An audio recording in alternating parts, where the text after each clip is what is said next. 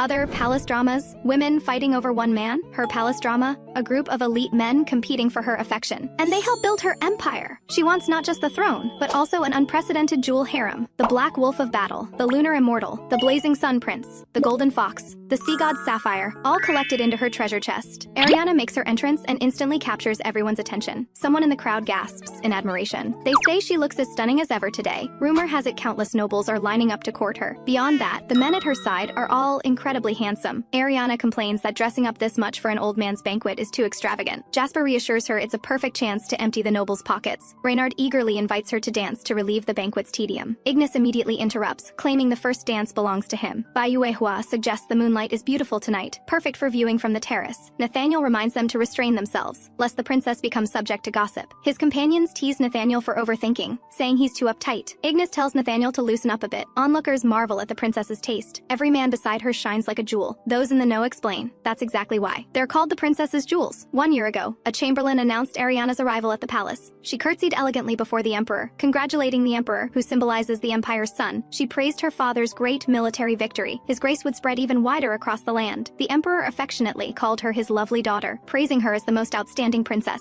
First Prince Balthazar stepped forward, claiming to be moved by the emperor's great achievements. He requested to join the next campaign, vowing to take enemy heads. The emperor refused with a sigh, telling him to focus on his swordsmanship lessons. His sword instructor complained constantly. The first prince meekly agreed, his voice betraying his guilt. Ariana seized the moment to coax sweetly, saying she wanted to follow her father to war too. The emperor comforted her, explaining that battlefields are dangerous. She obediently agreed. Second Prince Hadrian wisely kept his mouth shut. Third Prince Cassius watched the fools argue with a cold smirk. The nobles gossiped that Ariana truly held the emperor's exclusive favor. What a pity she was just a princess and couldn't ascend the throne. Even the most incompetent prince still had succession rights. They even mocked her fiancé for not being royalty. Ariana silently cursed those fools. Dealing with backward thinking, old nobles, was exhausting. Only these gorgeous men could comfort her. She swooned over how handsome those men were. Once she became emperor, she could take consorts and have all the handsome men she wanted. With so many handsome men out there, she couldn't spend her life with just one. But the old nobles would surely mock a female emperor as improper. She must first eliminate the nobles and princes blocking her path, not just for her harem, but for the Aurelia Empire itself. She couldn't hand the nation over to ignorant, backward people. She flipped through a new magazine, fantasizing about handsome men falling from the sky. Suddenly, she thought of a plan, one that would let her collect handsome men while expanding her influence. She would create her own beautiful treasure chest. The next day, the first prince accused her of being arrogant because of their father's favor. Ariana countered that she hadn't forgotten the humility their father taught. The first prince bluntly said he saw through her ambitions for the throne. She immediately retorted that their father was in excellent health, and such words were ill-omened. The first prince mocked her, saying no one believed she could become emperor. Ariana shot back that his swordsmanship and imperial studies were both lacking. The first prince became flustered and furious, telling her to give up while she could. She sneered and asked why he bothered threatening her if he thought she had no chance. She coaxed teasingly, asking if he was scared of her. Dear brother. The first prince, both angry and embarrassed, turned and went to bed. Ariana resolved to accelerate her jewel plan. The emperor was delivering a victory speech. His voice was solemn yet passionate. He asked if everyone still remembered. That day, 8 years ago, did they remember the invasion of the Arcadia Islands and the lost territories and countrymen? But Oregon, god of creation, commanded them to reclaim what was lost. Through divine revelation, the territories returned to the Aurelia Empire. Under the god's protection, the empire would forever bask in sunlight. Ariana marvels at what a profound speech it is. She steps forward to respectfully greet His Majesty Emperor Julian. The emperor immediately becomes warm, asking what she needs. Ariana states she has something to report. She heard this victory was thanks to someone who made a great contribution. She requests to personally pin the medal on this hero. The first prince immediately objects, accusing her of challenging imperial authority. The emperor sharply silences him, rebuking his audacity. The first prince is scolded into incoherence.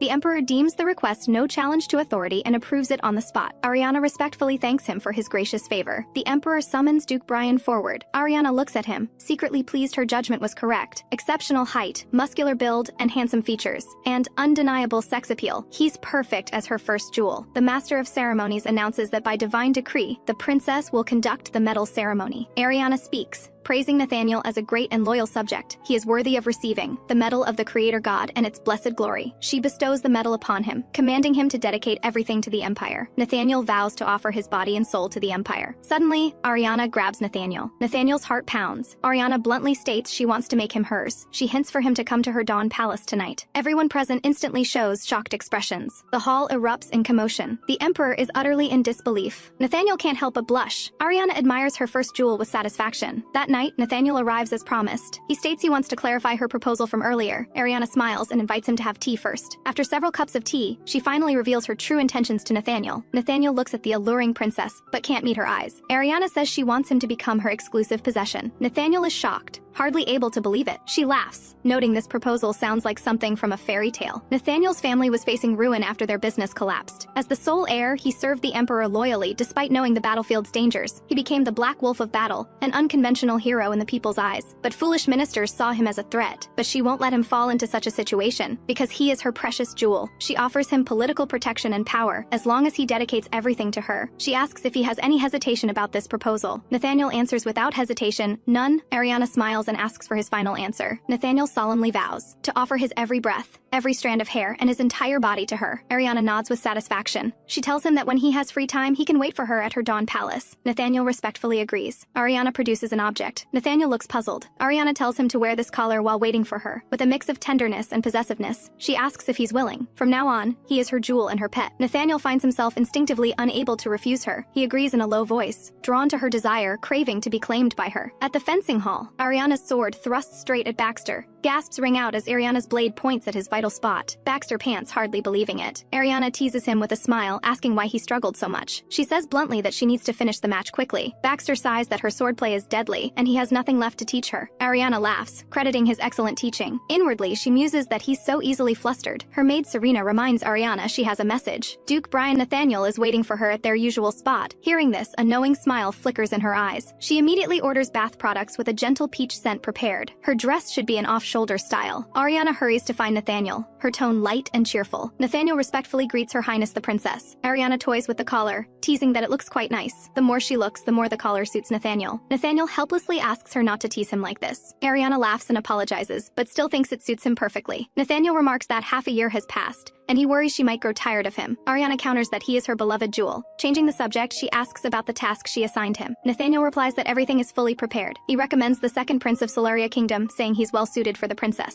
Ariana scoffs, showing little interest.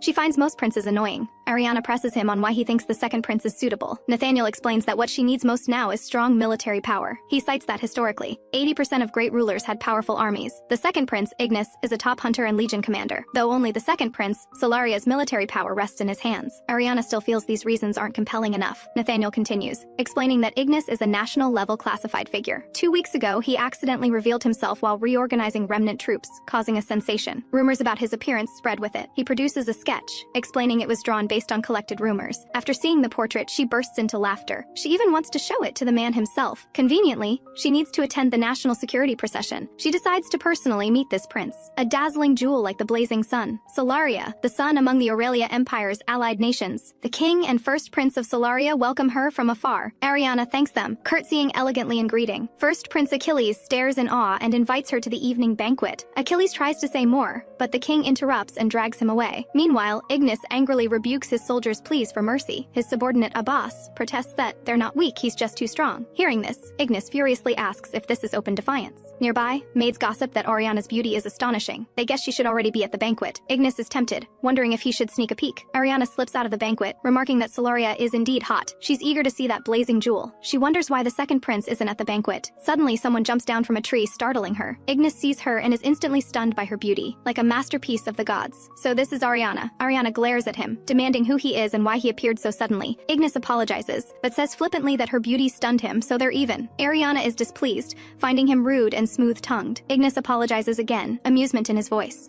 Ariana doesn't want to waste more words and turns to leave. This makes Ignis's heart race. Her pride reminds him of a rose. Just then, Abbas anxiously calls out for Prince Ignis. He complains that Ignis doesn't care about etiquette and the king will surely scold him. But Ignis tells him to report that he's found a woman worth removing his mask for. The banquet is in full swing when nobles suddenly begin whispering to each other. Through the crowd, the masked Ignis slowly appears. Ariana is puzzled, not understanding why the commotion started. Before she can react, Ignis is before her, greeting her respectfully. Ignis passionately confesses that he fell in love at first sight and offers her his heart. Ariana's heart jolts. Could the man she just met be the second prince of Solaria she was looking for, Ignis Casanova? The moment she looks up, she can't help but marvel that this man's chest muscles are even more impressive than Nathaniel's. She quickly snaps back to her senses, pleased that his approaching her saves her some effort. So she deliberately reveals to Ignis that she's been collecting something special lately. Hearing this, Ignis grows curious and asks what treasures she's collecting. Ariana says she's looking for the world's hardest and most beautiful divine fine talents, like jewels. Hearing this, Ignis says that in that case, she should definitely add him to her treasure chest, because whatever the princess wants, he's willing to annihilate all enemies in her way. Seeing the aura around him, Ariana marvels that such impressive presence wasn't built in a day. Conveniently, she's also interested in him. This falls right into her lap, so she solemnly asks if he's willing to enter her treasure chest. Ignis immediately declares with confidence that he'll definitely be the most dazzling jewel. Nearby, the first prince watches this scene, heartbroken. Meanwhile, in a corner, a mysterious woman silently observes everything. She silently schemes in her mind, planning to formally greet this princess soon. In the garden, Nathaniel curiously asks if she's already found the next jewel candidate so quickly. Ariana explains she had planned to go to Glacia, but unexpectedly heard about her target at a tea party. That person is Bai Yuehua, a man from the western kingdom of Delancia. Hearing this, Nathaniel is surprised. So it's the captain of Delancia's direct special forces. Ariana nods and adds that Bai Yuehua isn't nobility and rarely appears in public, but in Delancia, he's called the Lunar Immortal, a handsome man skilled in song and dance. Nathaniel warns her that Bai Yuehua is the king's favored direct general, and obtaining him won't be easy. But Ariana is confident. She's already devised a strategy to win him over.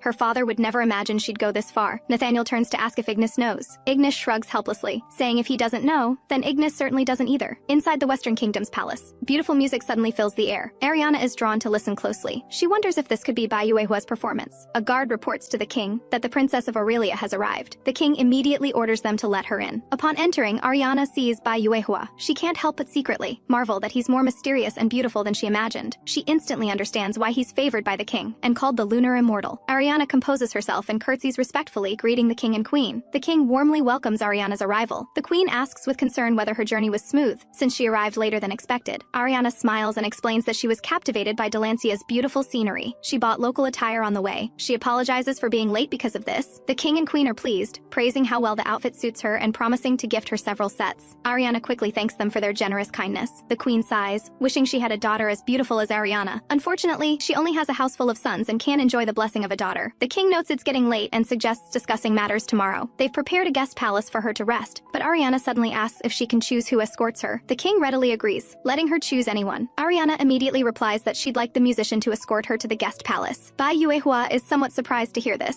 The king laughs and praises her good taste. The queen orders Bai Yuehua to escort her. Bai Yuehua respectfully accepts the order. On the way, Bai Yuehua can't help but say he has a question for the princess. Ariana gestures for him to speak freely. Bai Yuehua says he's quite puzzled. Why did she order all her attendants and guards to withdraw? Ariana's gaze turns sharp. Because, before she finishes, she suddenly draws her sword with swift motion. Without hesitation, she slashes fiercely at Bai Yuehua. Bai Yuehua blocks the attack with just his sword hilt. He didn't even draw his blade. This move stirs something in Ariana, making her imagination run wild. Bai Yuehua isn't offended at all by her attack. Instead, he praises her outstanding skill. Ariana also praises him, saying no one has ever blocked her blade at such close range. But she secretly figures he didn't draw his sword because he didn't want to escalate things for his master's sake. Hearing this, Bai Yuehua just smiles faintly, saying he doesn't deserve such praise. Then he continues to ask why Ariana dismissed everyone. Ariana stops beating around the bush and bluntly says she wants to possess him. She asks what she must do to have him. Bai Yuehua refuses with alarm, saying his body and soul belong to the king and queen. But Ariana still insists on claiming him for herself. This attitude makes Bai Yuehua burst into laughter. He says he's thought of a way. If she duels him and wins one round, he'll consider submitting to her. Ariana immediately agrees, warning him not to underestimate her. Even if 5 or 6 strong men attack together, she could handle them easily. Bai Yuehua says he looks forward to it, his gaze sharpening. Then he draws his sword, ready to strike. Ariana shouts, "Watch me!" and swings her sword to attack. The two instantly clash, splashing water everywhere. The sound of clashing blades echoes all around. After several exchanges, they're evenly matched, but Bai Yuehua only defends without attacking. Ariana keenly notices he's deliberately weakening his strikes. She's both angry and frustrated, feeling humiliated. But that face is indeed handsome. She can't help but feel another stir of desire. She secretly plots that once she wins him over, she'll definitely get her revenge twofold. But Bai Yuehua suddenly stops and speaks. He asks why she so desperately wants to possess him. Ariana doesn't answer directly, only saying he should become hers if he wants to know. She tempts him, saying once he's hers, she'll hold him close and tell him slowly. But Bai Yuehua responds indirectly, mentioning he's heard she's been collecting men everywhere, for some purpose. He asks if he's also one of her targets. Ariana laughs and praises him, saying he's truly worthy of her attention, both perceptive and excellent. The light in her eyes intensifies. She wants to possess him even more. Bai Yuehua says admiringly that he doesn't reject her ambition and aspirations. Seeing an opening, Ariana immediately asks if he's willing to become hers, but Bai Yuehua refuses, saying he must dedicate his life to the king and queen. The king and queen gave him a new life and named him the White Cloud Beneath White. She told him, Bai Yuehua, this is your name from now on. That's why he won't and can't so easily leave with the princess. Hearing this, Ariana's interest deepens. His loyalty makes her unable to give up. She puts forth all her strength, her moves becoming faster and fiercer. Bai Yuehua defends with all his might, blocking her dense barrage of sword strikes. Ariana fights with everything she has, determined to win this duel. In the intense battle, Bai Yuehua's sleeve is sliced open by her sharp blade. Seeing this, Ariana sheathes her sword with satisfaction and declares, "Bai Yuehua, you're mine now. Starting officially from today, in the pavilion." Bai Yuehua softly addresses Her Highness the Princess. He slowly says he has a request. Ariana tells him to speak while casually picking up some food to taste. Bai Yuehua first gently wipes away a grain of rice from her cheek. Then he speaks solemnly, mentioning those who showed him kindness. They are the current king and queen. He earnestly asks Ariana to give him time to properly bid them farewell. Facing Bai Yuehua's request, Ariana softly says it's fine no matter how long it takes. She allows him to stay in his homeland until he's fully satisfied, but the condition is that he must eventually return to the Aurelia Empire. Bai Yuehua affectionately takes her hand. He smiles and says, "Of course, that's no problem." This smile makes Ariana's heart race uncontrollably. In the palace of Glacia, news has arrived that the Princess of Aurelia will soon arrive. King Rex Kimberlake convenes a meeting to ask his ministers how to receive the princess. Reynard silently mocks them for holding an emergency meeting over just a princess. Is she such a big deal that they're scrambling like ants on a hot pan? The king ignores this and asks Sir Grant of the Ashford family for his opinion. Sir Grant proposes sending his son to the princess's palace. Reynard can't believe it. He explains that the princess is looking for men with both looks and talent. His son fits perfectly. The king suddenly understands Sir Grant's intentions. He asks Sir Grant to confirm that his son can bring benefits to Glacia. Reynard listens, very curious about what this legendary princess actually looks like. Collecting men everywhere. Sounds quite interesting. Sir Grant turns to ask Reynard if he can do it. He confidently answers of course he can. He'll thoroughly probe the princess's heart. Seeing this, the king decides on the spot to leave the princess's matters to the Ashford family. Reynard declares he absolutely won't disappoint his majesty. In private, the king remarks that no one is better suited to approach the princess. Reynard's social skills are unmatched. Reynard can't hide his pride but feigns modesty, saying he's too kind. He curiously asks who could make Rex go to such lengths. Rex chuckles and admits that Reynard is absolutely a key player, and he needs his talents. He needs Reynard's silver tongue that makes women swoon and his ability to control high society. Reynard says he'll follow all of his majesty's instructions. As soon as he finishes speaking, he can't help but wonder just how remarkable this princess is. The king explains with a sigh that the princess is greatly favored by the Aurelia Emperor. One wrong word could cost someone their life. Hearing this, Reynard becomes even more curious. The next day, Rex waits anxiously, asking why the princess hasn't arrived yet. Reynard is somewhat speechless. It feels like Rex cares about the princess more than he does. Rex says Princess Ariana is rumored to be an absolute beauty, and this is his first time meeting her up close. He even fantasizes about what would happen if the princess fell for his golden beauty at first sight. Reynard mercilessly calls him out. His hair is clearly dyed with magic. Just then, a guard loudly announces the arrival of the first princess of Aurelia, Ariana de Celestia. Upon seeing Ariana, both men show surprised expressions. The king can't help but exclaim what an extraordinary beauty she is. He hurries forward to greet her, saying warmly that he's been waiting for her. He then introduces to Ariana that during her stay in Glacia, Reynard, the eldest son of the Ashford family, will accompany her. Reynard immediately steps forward to greet her, introducing himself as Reynard Ashford. Ariana introduces her personal maid Serena, who is also the daughter of a Beltini composer. She specifically instructs that Serena handles all her affairs and should be treated with the same respect as herself. Ariana turns to Reynard and asks him to take good care of her during her stay in his country. Reynard becomes nervous. He thought the princess would be as easy to handle as other women. Looking at Ariana, he inexplicably feels the urge to kiss the top of her foot. Why didn't anyone tell him she was such a dangerous woman? Ariana notices him spacing out and softly calls,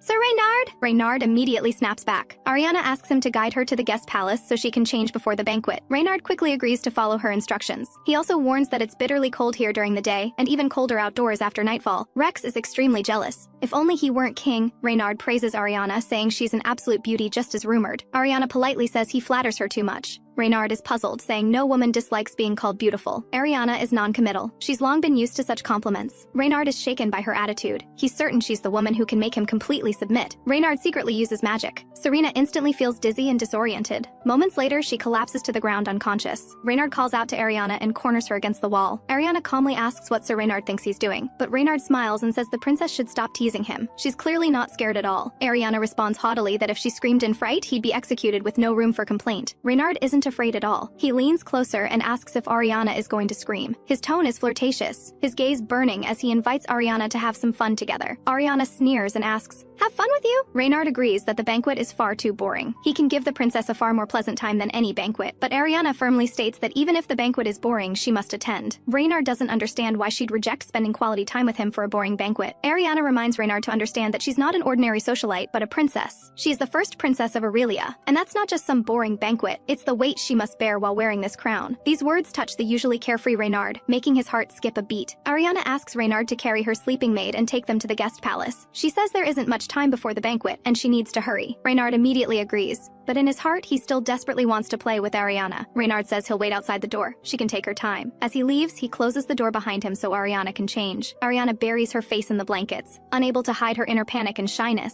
She secretly marvels that Reynard is unexpectedly charming. She wants to possess him so badly. She warns herself not to show her interest too obviously. With someone like him, being too forward will only make him lose interest. Ariana gently calls to her maid Serena, telling her to wake up. Serena wakes up confused about why she's in bed in an unfamiliar place. Ariana says she's envious that Serena was carried in Reynard's arms. Serena blushes at this. Then she urges Serena to help her change into her gown. She waited for her to wake up and is now almost late for the banquet. Serena immediately responds respectfully, "Yes, your highness," and carries out the order. Reynard waits alone outside the door. His mind involuntarily fills with images of Ariana. Just the way she looked directly at him nearly makes him lose control. After getting ready, Ariana opens the door. Reynard hurriedly asks if she's all ready, but the moment he sees Ariana's new outfit, he's instantly so stunned he's lost for words. Ariana instructs Reynard to escort her to the banquet hall. Along the way, she silently schemes in her mind. She must win this man over no matter what. Reynard also vows to make the princess interested in him. At the banquet, King Rex steps forward to welcome Ariana, saying the banquet is held in her honor. Ariana curtsies to thank him, her manner elegant and proper. Reynard stays close to Ariana, watching her every move. He suggests ending the pleasantries and escorting her to rest. Her feet must be tired from wearing high heels. Without waiting for approval, Reynard directly bids farewell to His Majesty Kimberlake, preparing to take the princess away. Rex asks if he wants to end their friendship. Reynard smugly says he's just following orders. Reynard extends his hand to guide her direction. He softly tells Ariana, "This way, please." All along the way, Reynard acts like a perfect gentleman. He supports Ariana up the stairs, step by step to her seat. Ariana politely thanks Reynard. Reynard says it's his duty, his manners still gentlemanly. After sitting down, Ariana praises the banquet's splendor, befitting a powerful nation. Reynard humbly responds that he's glad she doesn't find it lacking. If he weren't her escort, he'd definitely ask her for a dance. Ariana chuckles, teasing that he was so bold earlier but now he's timid. Reynard explains he didn't dare ask because he feared she wouldn't like it. Ariana immediately catches on and tempts him with a smile to try anyway. Hearing this, Reynard steps forward and announces he wants to play an interesting game with the ladies at the banquet. He's hidden something small, bright red, and capable of making sounds somewhere in the hall. Whoever finds it will receive a kiss from him. The crowd instantly erupts in cheers. Reynard turns to look at Ariana and asks if she wants to participate. Ariana gives a light laugh, her eyes full of understanding and mischief. She suddenly reaches out, pinches Reynard's face, and leans close to him. Reynard's cheeks flush red, his eyes full of panic. The next second, Ariana confidently declares she's found it. The crowd is amazed that she found the answer so quickly. Ariana explains, small, bright red, and capable of making enchanting sounds. The answer is Reynard's tongue. Her tone is absolute. A tingle runs through Reynard's entire body. It takes him a while to stammer that she's correct. With that, Ariana slowly leans toward Reynard, her breath brushing against him. However, just as their lips are about to meet, she mercilessly pushes Reynard away. Then she sits back in her seat and arrogantly commands Reynard. She orders him to kiss the top of her foot right now, in front of everyone. She looks at him scrutinizingly and asks if Reynard understands what she means. Reynard's heart pounds wildly. Her actions have completely thrown him off balance.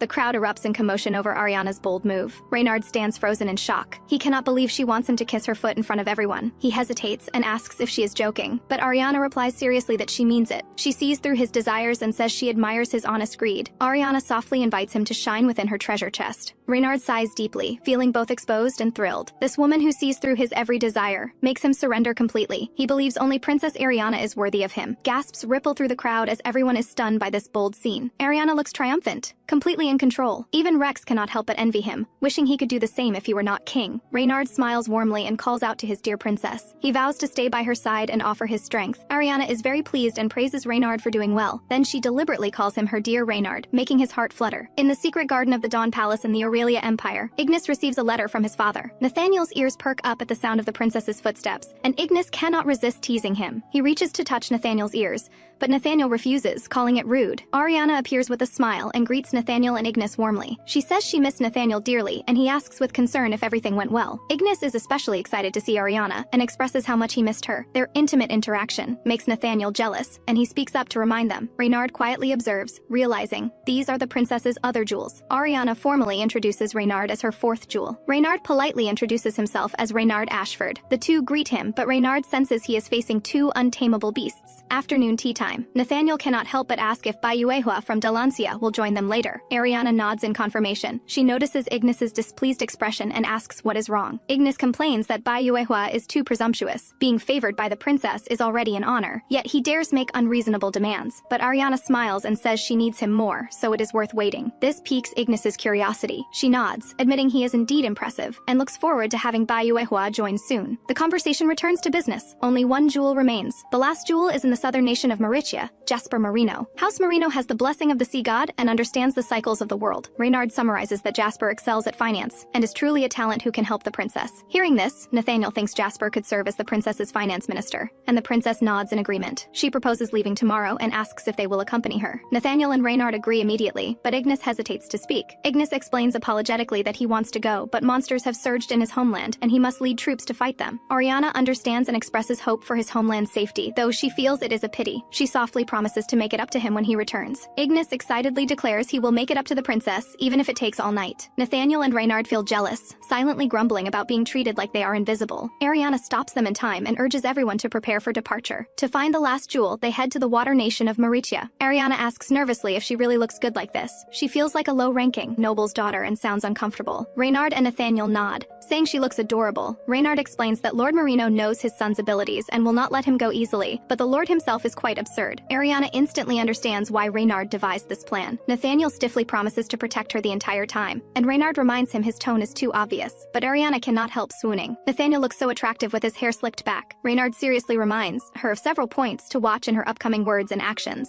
He clarifies her role. For now, Ariana is a dancer performing on the streets. After experiencing it firsthand, Ariana finds it more interesting than she imagined. Reynard cannot help praising Ariana's outstanding dance and regrets not dancing with her at the banquet, but Ariana feels embarrassed and asks if this can really win over Jasper. Reynard says they could succeed as early as tomorrow. Ariana agrees through gritted teeth, growing ever more curious about Jasper. Meanwhile, Jasper is in his mansion, completely ignoring the commotion outside. Scattered paper flyers remind him that the national security procession has arrived, but he quickly dismisses it, feeling that outside affairs have nothing to do with him. As planned, Ariana begins dancing in the streets. Every lift of her hand and every spin is breathtakingly beautiful. The audience surrounds her, cheering and applauding. When the dance ends, Reynard and Ariana bow to the crowd. Reynard announces loudly that this is the starlight of the Azure Sea Dance and calls for applause. Then he changes his tone, asking everyone to tip generously if they enjoyed it. Nathaniel and the princess cannot help but complain that he must show off the Ashford family's love of money. The atmosphere is warm and cheerful. No one notices the anomaly in the corner. A man is staring at Ariana. Reynard notices him and spots the badge he wears. He is pleased, thinking the target took the bait faster than expected. Ariana pants and complains that dancing is exhausting. Nathaniel quickly steps forward to comfort her. She laughs and admits she is still not used to such occasions. Reynard smiles and tells her that a servant from House Marino saw her dance. Ariana is delighted, realizing she can meet him tonight. Reynard nods in confirmation. At the Marino family mansion, the atmosphere is tense and oppressive. The servant Felix returns from shopping and knocks on his master's door. Lord Marino sees Felix return and says he has been waiting for a long time. Felix reports that he has gathered information about the new dancer. Lord Marino is very satisfied with what he hears. He immediately rewards Felix with money. He says greedily that the dancer is too beautiful and he must have her for himself. By now, Ariana is exhausted, and Reynard affectionately tells her she worked hard. Lord Marino suddenly appears and rudely calls out to Ariana, addressing her as little lady. He speaks flirtatiously, saying if she comes with him, he will treat her 1,000 times better than the men beside her. Ariana is secretly pleased that the prey has taken the bait. She bluntly says he is pathetic. Felix immediately scolds her, reminding her she is speaking to the head of House Marino. Ariana scoffs and asks what of it, calling them all hopeless trash. Lord Marino is enraged and sneers that she is too arrogant. He wants to tame her properly. He loudly orders his men to seize Ariana and bring her back. Ariana stops Nathaniel and angrily condemns their behavior as utterly rude. Lord Marino cannot believe she dares to take this attitude with him. Ariana accuses them of using their noble status to treat people as playthings. She strides forward angrily, and the servants are frightened. She denounces their vile and despicable behavior as utterly disgraceful. Lord Marino raises his hand and curses Ariana as a madwoman. Nathaniel struggles to contain his fury. Reynard is also somewhat in disbelief. Just as his hand is about to strike, Ariana grabs it. Unable to tolerate anymore, she throws Lord Marino out.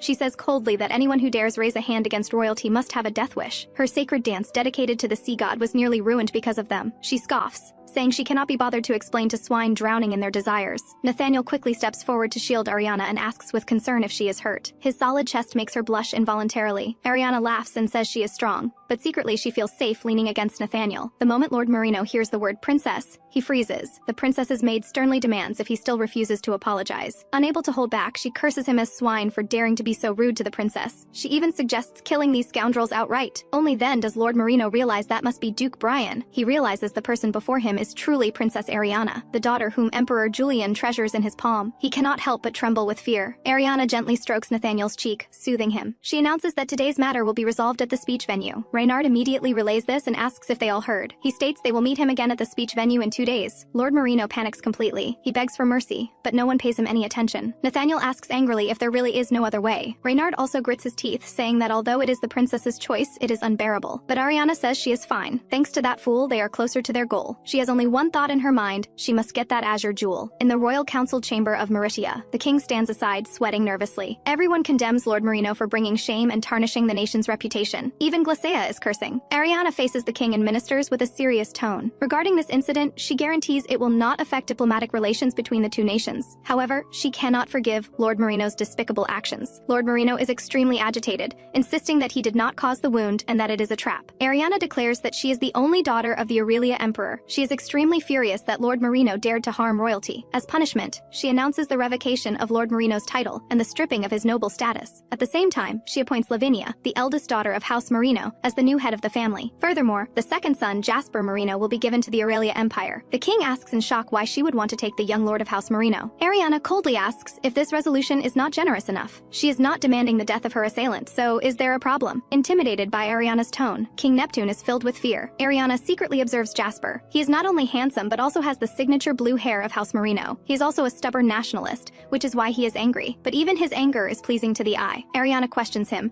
asking if he is dissatisfied with this carefully planned solution to reduce friction between the two nations. Jasper feels deeply humiliated. Her solution is to make him a male concubine. She is clearly trampling on his will and dignity. He strides forward and asks if the princess will allow him to speak one word of advice. Seeing the princess agree, he directly brings up the recent rumors about the princess collecting men. Ariana does not shy away and admits the rumors are true. Jasper presses further, asking if she wants to take him away for the same purpose. Ariana asks back, "What if I say yes?" Jasper shouts his refusal, with firm resolve. Seeing this, Ariana reminds him, does he want his father's mistake to become a diplomatic issue between the two nations? Jasper stiffens and relents, saying if this is the will of Mystora, he will comply. Ariana is satisfied. She then remarks that Lord Marino already has enough children. He cannot help but curse silently, wondering what this madwoman is scheming now. Ariana orders on the spot that Lord Marino be castrated, even arranging for a professional doctor. Lord Marino feels as if the sky has fallen, but Jasper feels no sympathy. This is his father reaping what he sowed. She declares that all conditions must be met. Failure to meet even one will become a diplomatic issue. She gives them 3 days to comply. The remaining matters are entrusted to Sir Ashford to arrange the follow-up properly. Sir Ashford immediately responds that he will do his utmost to fulfill the princess's orders. After Ariana leaves, Reynard smiles meaningfully, stating he needs to have a deeper conversation with them. Ariana reflects that letting rumors ferment in high society was just a precaution, but pretending to be injured was tiring. She uses magic to remove the wound. However, Jasper's reaction was interesting. He resisted so fiercely. Polishing this rough gem into her own jewel will surely be interesting. Nathaniel cannot help but ask if she really has to go this far. Ariana looks back at him, puzzled. Nathaniel explains that no matter how much she wants Jasper, she should not use herself as bait. Ariana responds that with her current position and power, there is no other way. Reynard proposed several plans, but she decided on this one, to win over the conservative House Marino. The classic approach works best. Reynard agreed because this way it will not escalate into a national dispute. To get what she desires, she will stop at nothing. She reminds him that he only needs to fulfill her wishes. Nathaniel suppresses his emotions and asks to say one more thing. No matter what she does, he will support her, but he hopes she puts her safety first. Even though she is strong and protected by the Holy Sword's power, he could not bear it if something happened to her. Ariana is touched and promises to be careful. Nathaniel asks doubtfully if she really means it. Ariana laughs and asks if she has become that kind of person in his eyes. Nathaniel emotionally lifts the veil from her face and leans closer. Ariana apologizes softly for making him worry. Nathaniel says it is enough that she understands his feelings. Then the two share a passionate kiss. The next day at the dock, Lavinia looks at Jasper with displeasure. Her younger brother quickly tries to calm her, asking her to understand Jasper's feelings. Ariana warmly calls out to Jasper Marino, telling him to come over. Since he is willing to come, it seems the negotiations between the two nations concluded smoothly. Jasper nods, but silently grumbles that it was not a negotiation but a threat. Ariana announces that Jasper belongs to her. From now on, he is her jewel. She asks if he understands. and emphasizes that he is her Jasper. Jasper is stunned by her beauty, his mind going blank, but he quickly warns himself not to be deceived by her innocent smile. He pretends to be calm and responds that he will do his duty. He curses silently, thinking she must have bewitched countless people with this trick. He will never let her have her way. He must break free from this fate that binds him. He will definitely escape from her treasure chest. Meanwhile, Lord Marino breaks down, unable to believe he has become a eunuch. In the western kingdom of Delancia, Bai Yuehua whispers to the queen consort that he wants to see the wider world. The queen consort sighs softly and says she understands his feelings. Although the emperor has given permission, she still hopes the princess will agree to her request. Bai Yuehua reassures her that the princess understands reciprocity and will surely agree. The queen consort still cannot hide her reluctance. She worries and is unwilling to let Bai Yuehua leave. Although Bai Yuehua goes as a loyal subject, he will inevitably be drawn into the open and covert struggles for favor. Bai Yuehua soothes her, saying he has long been accustomed to such intrigues. In the past, many people resented that someone of his lowly status joined the king's special forces. They said even the queen consort favored Bai Yuehua, so he must be using his looks to curry favor. Even the prince cursed Bai Yuehua as cunning for bewitching the queen and angrily told him to get lost. The queen consort asks Bai Yuehua if he knows how she maintains her relationship with his majesty. Bai Yuehua respectfully answers that he does not know the reason. The queen consort smiles and says she will teach him the secrets to gaining favor so he can win the princess's affection. This will be good for Delancia, for her, and for Bai Yuehua. Things will become very busy afterward. The queen consort reminds him to be prepared. Bai Yuehua says sincerely that the queen consort's happiness is his greatest honor. She asks hopefully if Bai Yuehua can call her mother. Bai Yuehua immediately says, "My lady mother." He sincerely praises her, saying she looks beautiful when she is genuinely happy. The queen consort looks at Bai Yuehua and feels as though he were her own child. She will make sure his preparations for the diplomatic mission are flawless. Ignis praises her gently, saying the princess is truly adorable. Ariana laughs playfully and says he is tickling her. She deliberately asks if he really likes her that much. Ignis thinks it is only natural. He confesses passionately that for the princess, he can defeat any enemy. Ariana sighs that although he brought back a large amount of magic ore, it is such a pity she did not go to Meritia with him. As she finishes speaking, she suddenly pins him beneath her. Ariana gazes at him seductively and asks if he has thought about how to make it up to her. Ignis swallows involuntarily. He flips over and pins her beneath him. He shows her with actions as the two become intimate once more. Meanwhile, an attendant anxiously asks Ignis why he is only arriving now. Turning around, he is startled and asks in disbelief what Ignis has done. Ignis grins foolishly and says he just came from being in the throes of passion with a goddess.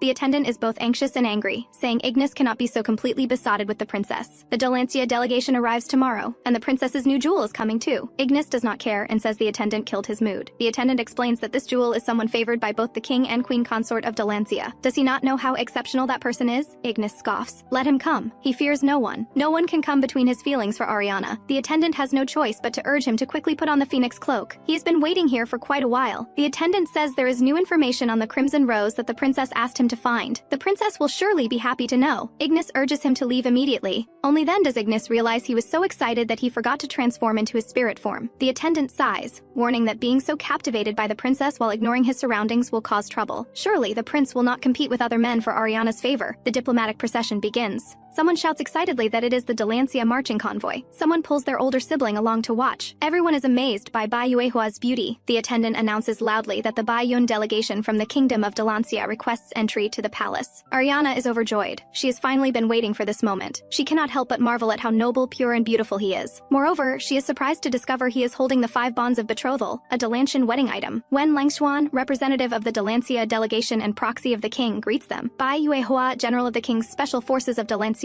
greets them. The emperor kindly says they have worked hard and that a grand banquet will be held for the delegation tonight. Before the banquet begins, the emperor invites them to rest at the guest palace. Bai Yuehua raises his eyes and meets Ariana's gaze. She cannot help but blush. Ariana is ecstatic inside. Could he be blushing because their eyes met? She cannot wait to have a battle of wits with Bai Yuehua. She tries to calm herself. She will meet him at the banquet soon. Ignis enters the venue and immediately sees a scene that crushes him. His heart shatters, and tears flow uncontrollably. The maids dress Ariana and sincerely praise her as too perfect. They say that regardless of age or gender, anyone who sees her will be captivated. If the crown prince of neighboring Oratelia were to see her, he would surely pursue her hand in marriage with fervent desperation. Ariana smiles and thanks them for taking the trouble to dress her up. The maids respond that making the princess beautiful is their mission. Then they head to the venue. Ariana already misses Bai Yuehua so much she can barely stand it. Suddenly, an angry roar comes from the door, cursing them as lowly insects and ordering them to get lost. The maid is startled and says she will open the door just in case. When she opens the door, she demands to know who dares make noise at the princess's residence. The door opens to reveal Prince Ignis.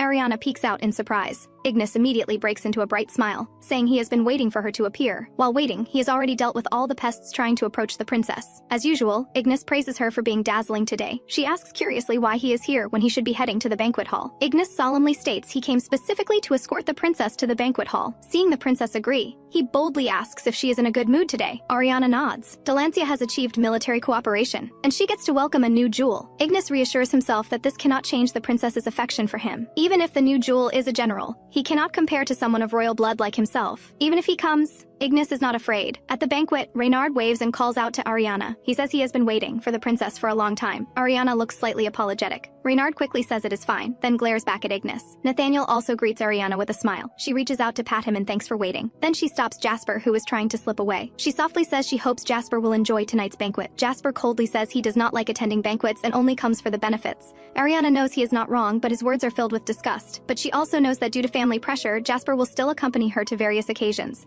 At this moment, Ignis steps forward and invites Ariana to the first dance. But Ariana is suddenly drawn to Bayuehua's entrance. The guests around her gasp in surprise, guessing if he is the legendary one, the princess's new jewel, Bayuehua. The guests all marvel at how dazzling he is. Ariana immediately rushes toward Bayuehua, ignoring Ignis's calls. Bayuehua quickly bows to Ariana. Ariana playfully tells him to entertain her now. Bayuehua quickly agrees, saying he will serve the princess with all his heart. Nathaniel watches and remarks that the princess has completed her jewel collection. Reynard notes that the princess clearly favors this new jewel. He mocks that the domineering prince was publicly abandoned. Serves him right. Ignis stares blankly at this scene. In a room, Ariana sighs that she could not help but sneak away from the banquet hall. Bayuehua chuckles softly and says it is all his fault. Ariana complains slightly that she waited for him so hard. Bayuehua quickly apologizes, explaining that he spent a lot of time convincing the king and queen consort. Ariana says she agreed to visit Delancia twice a year as the queen consort's adopted daughter. She only needs to serve and accompany the queen consort for a week. It is nothing. Bayuehua gently asks if the princess missed him very much. Ariana answers without hesitation that of course she did. Bayuehua says if he also says he missed the princess. He nervously asks if the princess will believe him. Ariana smiles suggestively and tells him to show her, right here on this bed, very carefully. Meanwhile, Ignis is burning with rage, standing alone on the balcony and fuming. He bites his lips so hard in anger that it bleeds, but he does not notice. A headline reads, "Capturing the princess's heart alone. The new jewel Bayuehua leaves Prince Casanova in the cold." Ignis sarcastically praises the writer for such a catchy headline. He quickly demands angrily if the writer has a death wish, thinking anonymity means he cannot be found. If he did not have to attend the princess's luncheon, he would not let him off. His subordinate asks how to handle him. Ignis says he is still useful, so lock him in the abandoned palace basement to avoid suspicion. He also orders that reports be occasionally published under the journalist's pen name to avoid arousing suspicion from his sudden disappearance. Ariana asks Bayuehua softly if the food is to his liking. Bayuehua quickly says it is delicious and praises the chef's excellent cooking. Ariana says this is his first meal here, so she specially asked the chef to take extra care. Bayuehua thanks her gratefully, deeply moved. The Empress's maid suddenly appears and informs Ariana that the Empress summons her. Ariana is overjoyed and breaks into a radiant smile. Then she apologizes that lunch is not over, but she must leave early because the Empress has called for her. Bayuehua and Reynard quickly say it is fine and tell her not to worry. Nathaniel promises to wrap things up and tells Ariana to rest assured. Ariana especially apologizes to Bayuehua, regretting that she has to leave early during his first meal. Bayuehua considerately says filial piety comes first. Ariana promises to see him at afternoon tea. Ariana reminds Nathaniel once more. Nathaniel solemnly vows that Nathaniel Black will be forever loyal to Princess Ariana. Ariana smiles and says goodbye, telling everyone she will see them later. Everyone rises to bow to Ariana. Reynard suggests continuing the meal, but Ignis interrupts.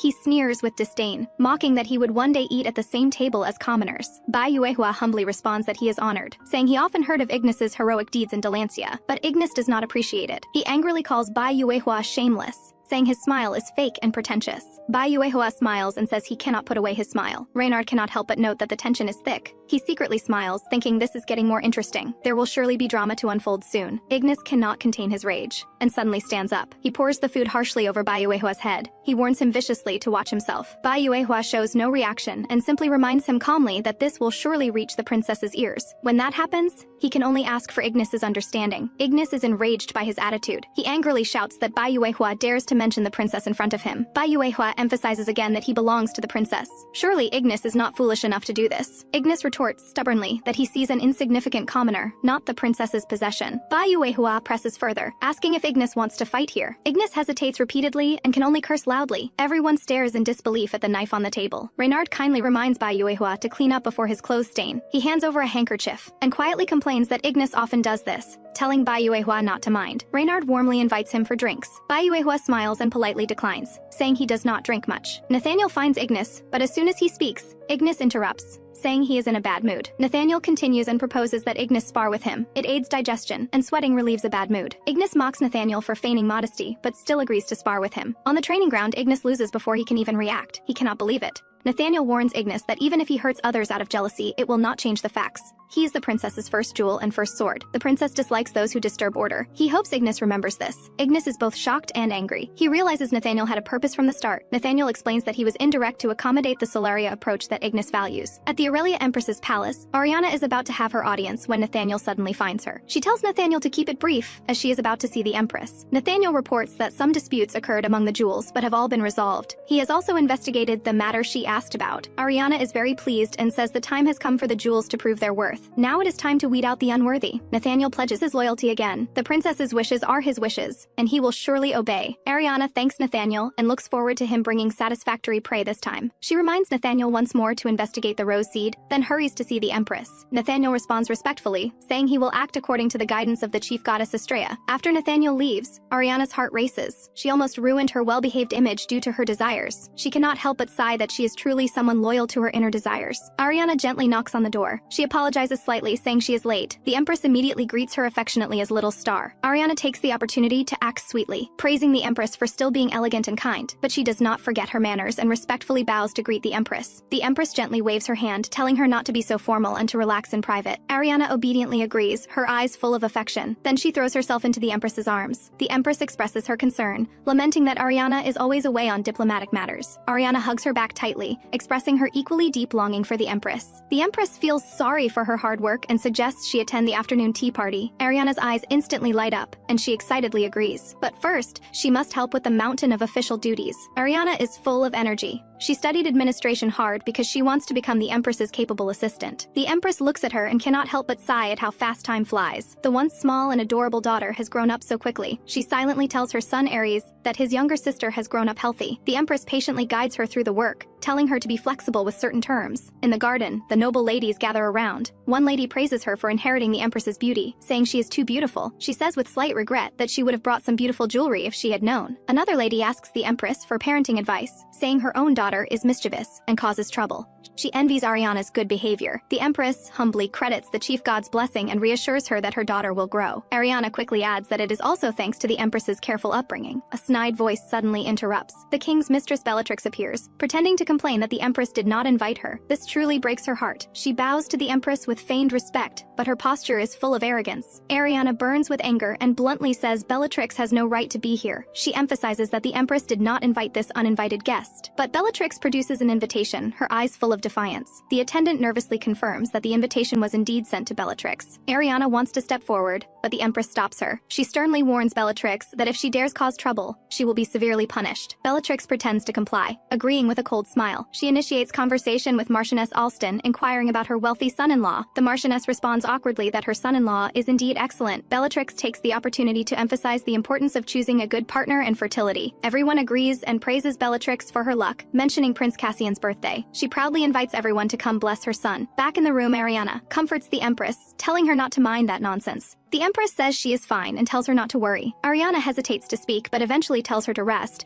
and that she will tell her later. Back in her room, the moment she closes the door, her rage explodes completely. She curses Bellatrix as that wretched witch. Bellatrix not only took away her young brother Ares, but also stole her father the king. What else does she want to take? She is utterly arrogant. The maids quickly step forward to comfort her and tell her to calm down. Ariana's rage cannot be calmed. She tells the maids to summon anyone from her jewels. The maids dare not delay and quickly obey. Ignis rushes over. He is startled when he sees Ariana's state. He urgently asks if her hand is injured. Ariana's eyes are blank. She does not know when she started hating the color red. Ignis asks worriedly what happened. Ariana can no longer hold back and throws herself into Ignis's arms. Ignis gently promises that no matter what happens, he will always be on her side. Ariana buries herself in his arms and suddenly confesses her feelings. She asks him to love her with all his heart. Bai Yuehua happens to arrive at that moment. Seeing the intimate scene of the two embracing, he freezes. His face is filled with loneliness. He silently turns and leaves. At dawn, Ignis Casanova wakes from his dream. Ariana de Celestia is already gone from his side. He wonders, did the princess head to the sword training grounds this early? What happened yesterday to make her, someone so strong who never shows weakness, act that way? Could it be related to the Crimson Rose she's searching for? So far, relevant intelligence has remained at a complete standstill. Even stranger, all the responses are suspiciously uniform. Clearly someone is pulling strings behind the scenes. Ignis muses to himself that finding the Crimson Rose's past is more crucial than dealing with that weasel-like fellow. In the meeting room, Ariana returns and apologizes that the sword demonstration tournament took longer than expected. She asks if everyone has arrived. Reynard Ashford responds that they watched the broadcast before she arrived. She easily defeated Prince Cassian. The gap in their abilities was vast. Ariana humbly remarks that he's simply too thin. Changing the subject, Reynard can't help but press, what happened yesterday? He saw Jessie and Serena frantically searching for the jewels, but he was busy dealing with the old foxes on the list last night, and only learned the news late. He asks again with concern, did something bad happen yesterday? Ariana sighs and simply says she acted impulsively out of emotion, but everything's fine now. At this moment, Ignis reminds them that the afternoon meeting can begin. Ariana snaps back to attention and signals for the meeting to start. She announces that from now on, the jewels will begin acting on her behalf. The core of this operation is to sweep away the forces of Veronica, the Blood Moon Witch. Ever since Veronica appeared in the Altana Islands, heretical forces have been stirring. The royal sanctuary is changing, and problems like hunger, refugees, and illegal trade are worsening across the nation. Ariana looks at Ignis and instructs him to expand the search scope based on the data Abbas collected. The areas behind the palace that Achilles' forces cannot enter will be investigated and infiltrated by Nathaniel and House Brian. She then assigns Reynard and Jasper to temporarily assist Her Majesty the Empress and prevent Veronica from exploiting any openings. Although Viscountess Adelaide is currently assisting the Empress, Veronica constantly interferes. Reynard immediately declares he won't let Veronica interfere in the slightest. Jasper also confirms there's no problem. Ariana shifts topics and asks if Bayuehua is ready to officially make his appearance in the Aurelia Empire. She smiles and arranges for Bayuehua to temporarily represent her in high society, using this to observe the power dynamics within. Bayuehua respectfully responds that he will do his utmost to fulfill Her Highness's instructions. Someone raises a question. Don't they need to investigate Veronica's two sons? Ariana responds coolly that they pose no threat. As for Balthazar, he's merely a pawn manipulated by Veronica. What truly needs guarding against is Veronica, the one pulling the strings from behind. Ariana worries deeply, uncertain what schemes Veronica will plot behind the prince's and the Emperor's affection. They must eliminate this hidden danger as soon as possible. This is their collective mission. She directly commands everyone to do everything in their power to make her emperor. She even states that she's willing to entrust her soul to the promise made with Alphatyr, the god of death, if necessary. Everyone responds in unison. Ariana nods with satisfaction and tells everyone to carry out their respective tasks. She turns to Reynard and Jasper, telling them to come with her to rescue the Empress who's drowning in paperwork. Just then, Bayuehua suddenly calls out to Ariana. Bayuehua frowns, his expression worried as he says he's concerned he won't perform the task well. Before he finishes speaking, Bayuehua suddenly pulls Ariana close and leans down to kiss her. This sudden move leaves the four others stunned speechless.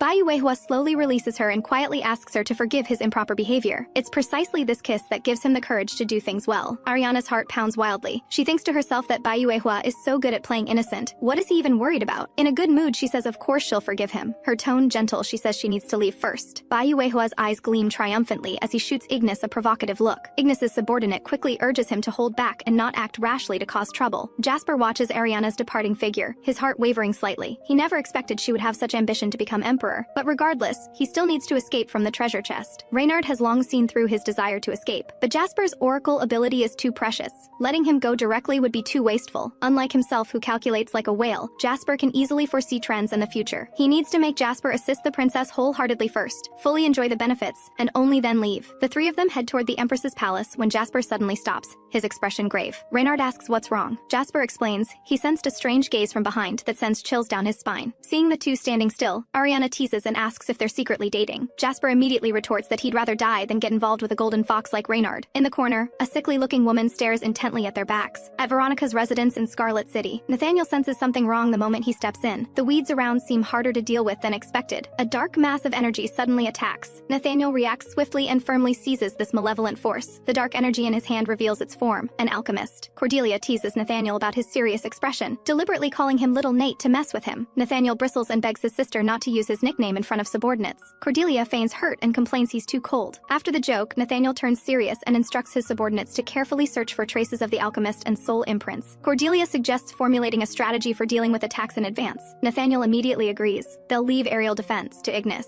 A subordinate brings the phoenix cloak and reminds him it's time to carry out the princess's orders. Ignis asks his subordinate if they found the items to deliver to the golden fox and the tender green earrings. The subordinate nods respectfully. With just one word from him, the items can be presented immediately. Ignis nods with satisfaction. Soon will be the perfect time to hunt the weasel. The guards then depart, declaring in unison they will complete the princess's mission under the sun god's protection. Bai Yuehua reflects that he was once mistaken for a weasel demon who kidnaps men and women. This is the second time he deliberately plays such a role. As long as it's for the princess, becoming a weasel doesn't matter. He firmly believes the princess will protect him, who has nothing else to rely on. A gentle knock sounds at the Empress's palace door. Ariana's voice comes through. She's here to rescue her. The Empress is overjoyed to hear this, and quickly calls for Little Star to come help. She asks curiously about the two men behind Ariana. Ariana explains their helpers she brought. Reynard steps forward and introduces himself as the eldest son of House Ashford. Jasper also bows, the second son of House Marino. The Empress responds warmly, welcoming them both and expressing her happiness to meet her daughter's jewels. Ariana explains to the Empress that both have outstanding abilities and will surely help ease her burdens. The Empress breathes a sigh of relief. Finally, she can catch her breath from the mountain of documents. Before long, Jasper finishes processing a huge stack of documents. Reynard can't help but marvel at his skill. Jasper takes it in stride, thinking it's nothing at all. Jasper then reports to the Empress, offering suggestions regarding trade with Port Sorrento. Ariana stares at Jasper's brilliant smile, lost in thought. She never expected that he, usually so cold, looks this good when he smiles. Reynard suddenly speaks up, teasing Ariana for staring at Jasper in a daze. The pen won't move itself. Ariana gasps in surprise. Reynard finds her reaction quite adorable. She's a bit annoyed and reminds Reynard not to tease her in front of the Empress. Reynard points out with a half smile that because of her distraction, she made a whole bunch of mistakes. He points out each error one by one, teasing that her handwriting is all crooked. Ariana hastily defends herself. Those are documents she hasn't finished yet. Jasper watches this scene unfold. He actually finds Ariana unexpectedly adorable at this moment. The next second, Jasper immediately warns himself not to forget what Ariana did to him. Ariana apologizes sheepishly to the Empress. Reynard is always so playful, but the Empress laughs and says it hasn't been this lively in a long time. Jasper desperately suppresses his inner thoughts, inwardly cursing how disgusting this is.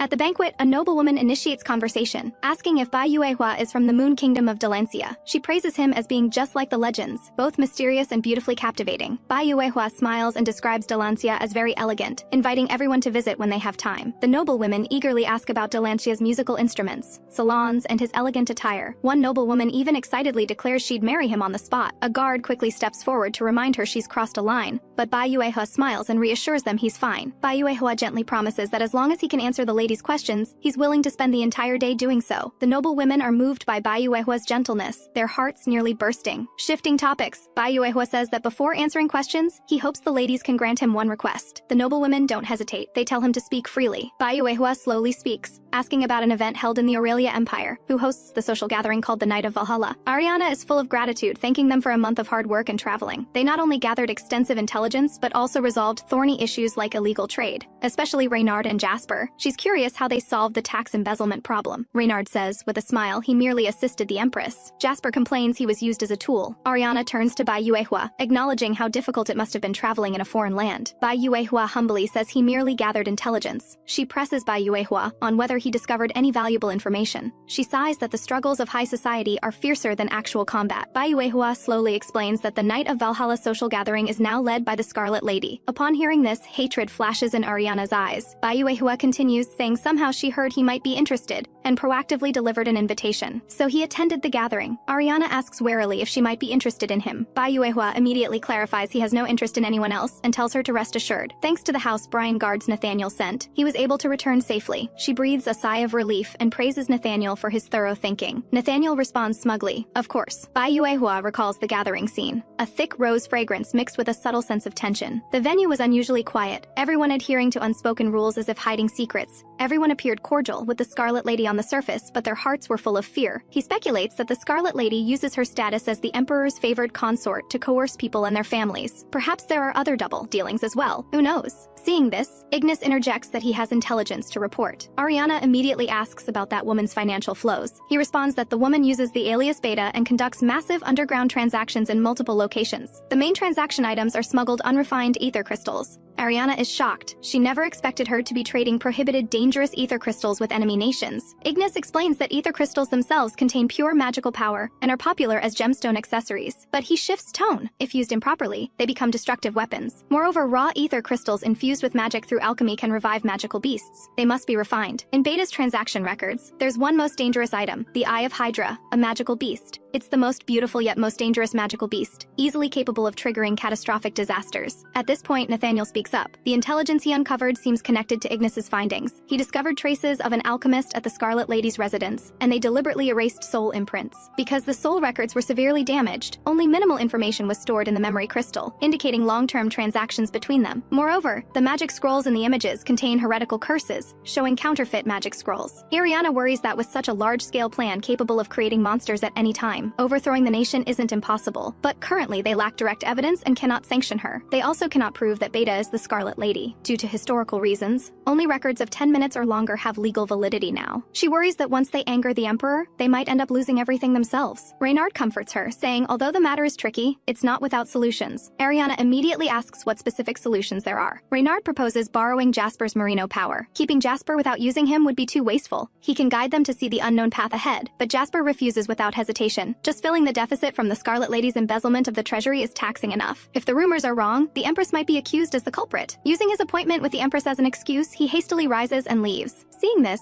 Ignis is quite displeased and suggests Ariana give a firm order. But Ariana says it's fine. She doesn't want to force him. She entrusts the important task of strategic planning to Reynard and asks him to report the plan as soon as possible. Reynard accepts the order respectfully but privately calculates that as long as Jasper doesn't get close to Ariana, it's fine. At the Empress's palace, Jasper excuses himself citing dinner time. The Empress thanks him with a smile. He responds humbly that he merely fulfilled his duty, but the Empress suddenly speaks up, pointing out that he doesn't seem to like Ariana. She defends Ariana, saying that though stubborn, she's also gentle and considerate, as wonderful as the stars. But Jasper pretends not to hear and hastily leaves, citing hunger as an excuse. The Empress watches his retreating figure, hoping that one day Jasper will open his heart. But Jasper holds those words in contempt, thinking Ariana is a tyrant who stops at nothing to achieve her desires. He's completely puzzled why Ariana didn't choose his brother but specifically chose him. An unfamiliar female voice sounds, politely greeting Jasper. She introduces herself as Rosalind Yangborn, the only daughter of House Yangborn. Jasper's tone is cold as he asks what her business is. He has matters to attend to. Rosalind speaks bluntly, mentioning the rumors that Jasper dislikes Ariana. She claims she can help Jasper escape from Ariana's treasure chest. Hearing this, Jasper is completely surprised, unclear about her motives.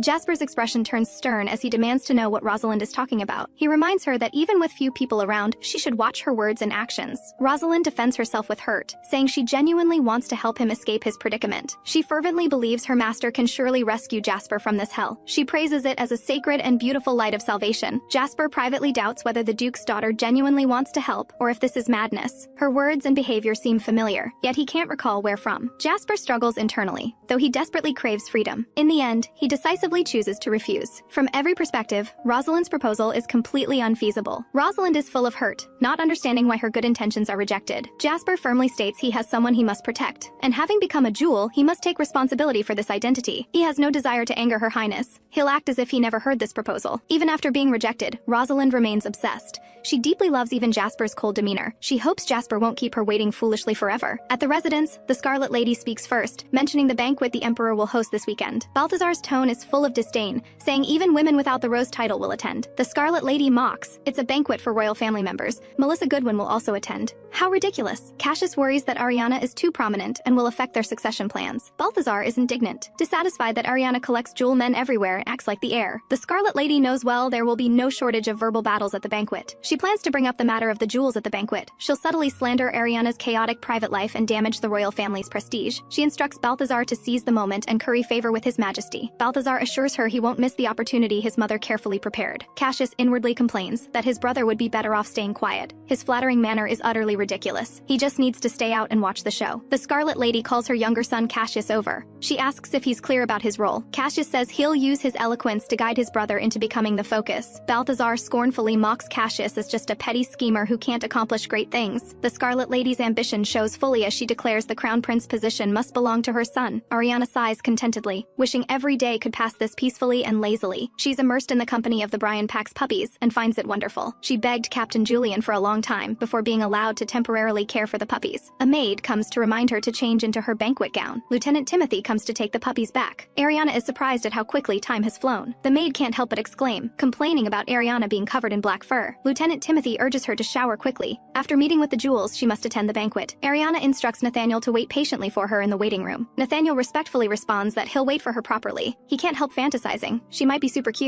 Ariana explains to the Jewels that tonight is the royal family banquet hosted by the Emperor. Veronica will surely take the opportunity at the banquet to criticize her. She'll definitely mention them and then slander her character. Ignis burns with rage and immediately wants to go seize Veronica to vent. Reynard quickly holds him back. Nathaniel states he's already been diligently collecting evidence and tells Ariana to rest assured. Ariana reminds everyone not to let their guard down. Veronica excels at manipulating the atmosphere. Bai Yuehua responds gravely that the woman will turn the atmosphere to her advantage the moment she gets a chance. Ariana knows Veronica's methods well. The Empress has suffered greatly because of them. Now she and the Empress hold a lethal weapon and must dominate this banquet. The atmosphere is enthusiastic, but Jasper is absorbed in writing. Ariana calls out to Jasper in confusion, but he shows no response. She informs Jasper that dismissal time has arrived and everyone has already gone to enjoy dinner. Jasper snaps back to attention, surprised why Ariana hasn't left yet. Ariana notices the Mauritia language in his notebook and asks if he has worries. Upon hearing this, the close proximity throws Jasper into confusion. Staring at Ariana's lips, Jasper can't control his heartbeat. The next second, her intense fragrance reaches him, further disrupting his composure. He keeps telling himself to calm down. He's just a bit flustered. Standing up, he says coldly that if she wants to tactfully ask about the Meridia language, he can only refuse. He repeatedly warns himself, just treat her coldly as usual. But the moment he walks out the door, surging emotions overwhelm him. He can't understand why he's like this. Why is the regret of not receiving a kiss so intense? He comforts himself that it must be the perfume being too strong that made him accidentally lose his rationality. In the meeting room, Ariana keenly senses something. She can't help but laugh aloud. She has a premonition that something interesting will definitely happen next. At the banquet venue, Ariana just enters. The Scarlet Lady strikes first, mocking her for arriving too late. She calmly responds that she's not late. The Emperor and Empress haven't arrived yet. Just as she finishes speaking, Melissa, the Emperor's second consort, excitedly rushes over to embrace her. She says she's been waiting at the door for her to appear. Melissa comes from the middle class, lives frugally and simply, and never causes trouble for the royal family. She's Hadrian's mother, kind by nature, detests palace schemes and conflicts, and frequently makes donations. Even the Empress is kind and warm to her. No wonder the Emperor likes her. Ariana also likes her very much. She has to find ways every day to avoid Veronica's fiery jealousy. Ariana warns the Scarlet Lady that the Emperor instructed her to get along well with Melissa, but the Scarlet Lady, thick-skinned, claims she and Melissa had a very pleasant conversation. She asks Melissa back with a threatening tone. Ariana soothingly holds Melissa's hand and says they rarely meet except at charity events. She invites Melissa to her next afternoon tea party and leads her to their seats. Hadrian quietly thanks her for protecting his mother when he's too weak to do so himself. He proactively offers to craft new treasure decorations for her. This is what he does best. Ariana directly specifies the pearl should use a spiral-shaped Azure Imperial No. 36 gem. As the announcement sounds, the Emperor and Empress enter. The Emperor states tonight's banquet is prepared for family reunion. He hopes everyone will enjoy themselves. Everyone responds in unison. The Emperor then invites everyone to be seated and taste the appetizers. The Empress happily remarks that the Emperor actually remembered her favorite foods. The Emperor thanks her for her hard work. Hadrian is surprised Ariana is eating so much. She ignores his sarcasm and simply says thank you. Cassius gives Hadrian an item that looks very much like him. Hadrian is somewhat taken aback. The banquet progresses to the end. Finally, it's time for the desserts everyone's been waiting for. The Emperor says with a smile that he specially prepared his youngest daughter's favorite desserts. Ariana is filled with joy. She expresses her gratitude to the Emperor. Seeing this, the Scarlet Lady immediately acts coquettishly and clings to the Emperor, wanting to talk. The Emperor is somewhat apologetic that he hasn't had time to talk with her. The Scarlet Lady immediately and excitedly talks about recent happenings in high society. There's now a trend called Queen's Collection Syndrome. The Emperor is completely puzzled about what this means. The Scarlet Lady explains that it refers to women treating men as collectibles for pleasure. She shifts her focus and points the finger at Ariana. This trend only emerged after her jewels appeared. Those women in high society, in order to emulate Ariana's collection of jewels, they don't hesitate to trample noble women's virtue and imitate this improper behavior. This is the so-called Queen's Collection Syndrome. Balthazar says he agrees with his mother and denounces Queen's Collection Syndrome as utterly sick. He bluntly states that noble women who don't keep their chastity will thoroughly corrupt social morals. If jewel enthusiasts increase and choose not to marry, noble society may head toward extinction. Ariana, as a princess, should be a role model, yet she possesses 5 lovers. This clearly disregards her betrothed, Duke Clarence. Hearing this, Ariana scoffs that Balthazar is getting old, yet no young lady is willing to be engaged to him. His younger brother Cassius, not even of age, has had several young ladies propose, and she herself has quite a few suitors. Cassius privately smirks. Every one of Ariana's words strikes Balthazar's sore spots. Ariana continues continues to cut deep. Although princes have more freedom in marriage, he's only had one proposal, which he rejected. The Scarlet Lady hastily defends that she felt that family wasn't worthy of Balthazar. This was her careful consideration. Ariana doesn't bother exposing this and instead mentions her only concern about the jewels. She worries that because of their outstanding looks, their abilities are underestimated. They're all exceptional talents dedicated to the system. Balthazar sneers that even if they're exceptional, their behavior appears utterly shameful in others' eyes. Ariana retorts sarcastically that if he's capable, he should also go find talents to assist him. She teases that he'd probably need a division of people. Balthazar furiously accuses her of talking nonsense. He declares he needs no assistance. He can reach the top by his own strength. That's what a ruler is. Balthazar looks over smugly. He assumes Ariana is intimidated by his presence. The next second, the Emperor slams the table and rises. He furiously rebukes Balthazar, as if he already sees himself as crown prince. Cassius muses inwardly. Hard to say if he's bold or reckless. He understands why Ariana changed the subject, but his brother is truly too self-centered. Hadrian and Melissa just want to escape this conflict and avoid being dragged into the succession struggle. The Emperor mockingly asks Balthazar where all his earlier bravado went. Now he's completely silent. The Scarlet Lady quickly speaks up, begging the Emperor not to blame Balthazar. Cassius also chimes in, saying his brother merely expressed his ambitions and still respects the Emperor in his heart. Moreover, his bold personality can boost morale, and he has merit in suppressing bandits. He smoothly states that while Ariana's abilities are indeed strong, her jokes went a bit too far. The Emperor praises Cassius for being young yet mature and steady in his conduct. Cassius humbly says he still has shortcomings. He admonishes Balthazar that the closer to the summit, the more one must be strong yet humble. Balthazar quickly responds respectfully and breathes a sigh of relief. The Emperor then turns to Ariana with a loving expression, believing she surely understands. Ariana nods affirmatively, indicating she understands. But the Empress gazes coldly at the Scarlet Lady, recalling the conversation in the study. The Countess Adelaide said the lady who embezzled from the treasury must be given a stern warning. Unconditional tolerance cannot protect the royal family. When necessary, one must raise the sword to suppress evil. If the Empress truly cares about her children and the integrity of the royal family, she must raise the sword to protect what should remain whole. Seeing the Empress call him, the Emperor immediately asks what she wants to say. The Empress responds that it's about the upcoming solar ceremony. The Emperor realizes and asks if preparations for the solar ceremony are going smoothly. The Empress says everything is going well and preparations are in full swing. The Emperor breathes easier, almost thinking something had gone wrong. He then asks if she needs support and will fully back her. Hearing this, the Empress proposes temporarily granting her access to the royal key, the Dawn Key. The Scarlet Lady hears Dawn Key and is extremely surprised. The Empress explains that someone in the palace has been tampering with the treasury,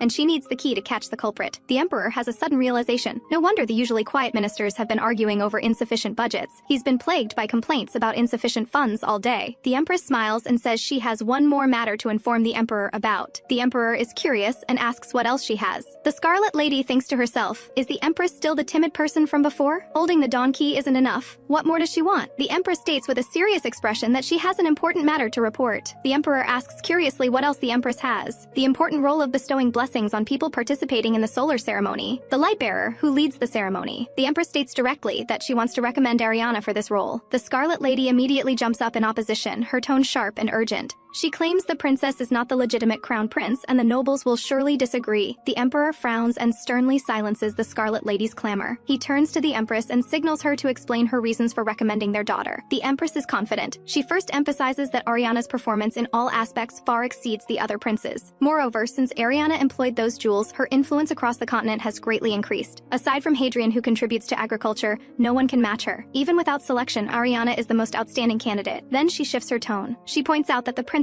are all born of concubines, while Ariana is the legitimate daughter. She believes that even with flaws, nominating her is completely feasible. The Empress's tone is firm. She has a legitimate child, so she's unwilling to let a concubine's son sit in that position. Moreover, as the legitimate daughter, Ariana has inherited the former crown prince's soul and will. The people and nobles will accept her assuming this role. She believes the solar ceremony needs fresh blood to attract more participation. This way, donations to the temple will also increase significantly. Seeing this, Balthazar is full of vigilance. The Empress's move clearly intends to push Ariana as crown prince. He can't help but inwardly regret wanting to restrain Ariana, only to be preempted by this variable. The Emperor bows his head in thought, repeatedly considering the possibility of Ariana serving as Lightbearer. The Empress quickly adds that she firmly believes her daughter can fulfill this role. Ariana also speaks at the right moment. If she can obtain this role, it would be the highest honor for her. The Emperor fantasizes about his daughter, specially making a sun crown for him. He instantly beams with joy. He immediately decides to entrust everything to Ariana. Balthazar seethes on the side. Who will control this doting father? Ariana shifts her focus and points her finger at the Scarlet Lady. Lady. She feigns concern, mentioning that the Scarlet Lady recently purchased large quantities of ether crystals. Recently, many merchants skip the refinement step to save costs and illegally sell ether crystals. These inferior ether crystals have already caused multiple incidents. Ariana feigns worry that the Scarlet Lady might accidentally purchase inferior products. If problems arise, it will bring disgraceful scandal to the court. The Emperor immediately turns and seriously questions whether the Scarlet Lady's situation is true. The Scarlet Lady looks flustered, her speech becoming stuttered. She hastily defends herself, claiming everything she bought is legally refined ether crystals, and thanks the princess for her concern. Seeing this, the Emperor praises Ariana for her meticulous thinking and thorough consideration. The Scarlet Lady returns to her corner, growing angrier as she thinks. She resents her eldest son for having only physique, arrogant and unable to read the room. In contrast, her younger son is too cunning, calculating like a bat. She never expected both sons couldn't match one girl. The plan was about to succeed, but her eldest son ruined it. She's full of doubt. How could Ariana know about the ether crystals? The Scarlet Lady is completely puzzled. It's as if she's seen her secret ledger. She racks her brain but can't figure out where she discovered it. Isn't she afraid of her destroying the evidence? Why say it publicly? Is it a trap or simply a warning? How should she respond? She makes up her mind to avoid these dangerous factors as much as possible going forward. Melissa on the side feels helpless. When will they take the Scarlet Lady down a peg so she can live peacefully? Returning to her residence, Ariana sighs, feeling utterly exhausted in body and mind. From now on, she just needs to closely monitor the Scarlet Lady's movements. She recalls Reynard's words and plans to quietly wait for the opponent to fall into the trap. The moment Nathaniel sees Ariana return, he immediately steps forward and embraces her tightly. He buries his head in Ariana's neck, his posture intimate and dependent. Ariana pushes him away without hesitation, her tone icy. She sternly warns Nathaniel not to do this without permission. Ariana sternly reminds Nathaniel that he can't just barge in like this, but Nathaniel can't help himself and gently kisses her wrist, apologizing guiltily. He admits he can't obey her order to wait patiently. Ariana scolds him in embarrassed anger, saying he must pay the price for his impatience. Nathaniel obediently removes his clothes, his eyes sincere as he says he'd rather accept punishment than wait for her in such confusion. He moves closer step by step, declaring passionately that his love for her has never required any restraint. This confession completely moves Ariana. She surrenders, calling out to Nathaniel with a trembling voice. Inside the residence, the Scarlet Lady berates Balthazar harshly, cursing him for being worthless every single time. She believed he would become emperor and grant her the honor of being Empress Dowager, so she has devoted everything to cultivating him. But in the end, he's still beyond help. Balthazar lowers his head, apologizing guiltily to his mother. He promises to work harder, but the Scarlet Lady looks thoroughly annoyed and tells him to shut up. She recalls the guards informing her that the residence security is their responsibility by imperial decree, and her movements are no longer free. And after Serena obtained Eros, surveillance has become increasingly strict, and entertainment expenses have been drastically reduced. The treasury funds she once could embezzle are now locked away, completely inaccessible. This makes funding that side extremely difficult, especially after spending so much on magic ore purchases.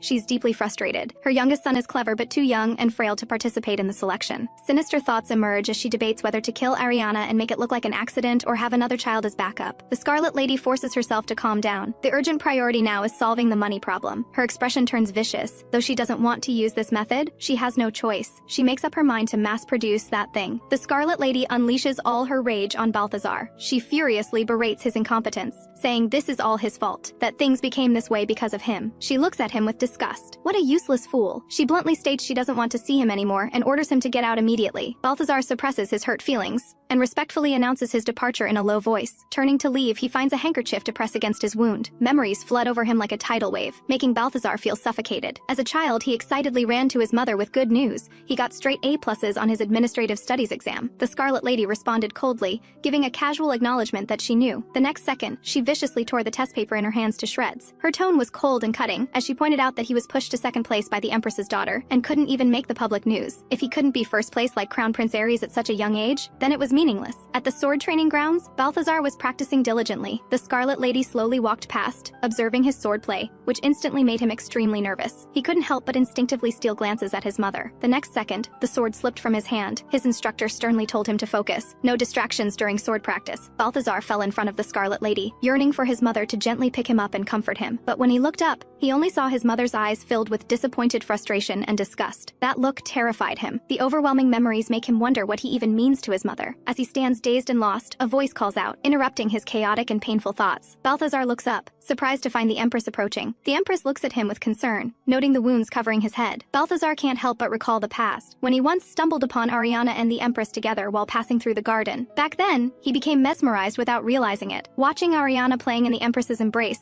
her face beaming with happiness. This was the warm embrace he'd always longed for from his own mother. Faced with the Empress's unexpected concern, Balthazar initially wants to turn away coldly, but the Empress grabs him, urgently asking him to wait. The Empress looks at his injuries with distress, asking how this happened. Balthazar pretends not to care, reminding the Empress she's in her fasting prayer period and shouldn't trouble herself over him, but the Empress angrily refuses, not accepting his deflection at all. The Empress immediately orders servants to prepare treatment and pulls him along. Balthazar tries to resist, but she uses her authority as Empress, commanding him to comply with treatment. This reminds him of Ariana, in the past, with her soft, adorable face, insisting on treating his wounds, helplessly calling him foolish Balthazar. Back then, he secretly complained that Ariana's medical skills were truly terrible. After the Empress finishes treating his wounds, she worries that the forehead injury is severe and might leave a scar. She thoughtfully suggests he use his bangs to cover the scar on his forehead. Balthazar thanks her quietly, his voice tinged with awkward discomfort. To avoid suspicion, he stubbornly tries to leave. Just as he stands, the Empress suddenly grabs his arm. The next second, she pulls him into her embrace.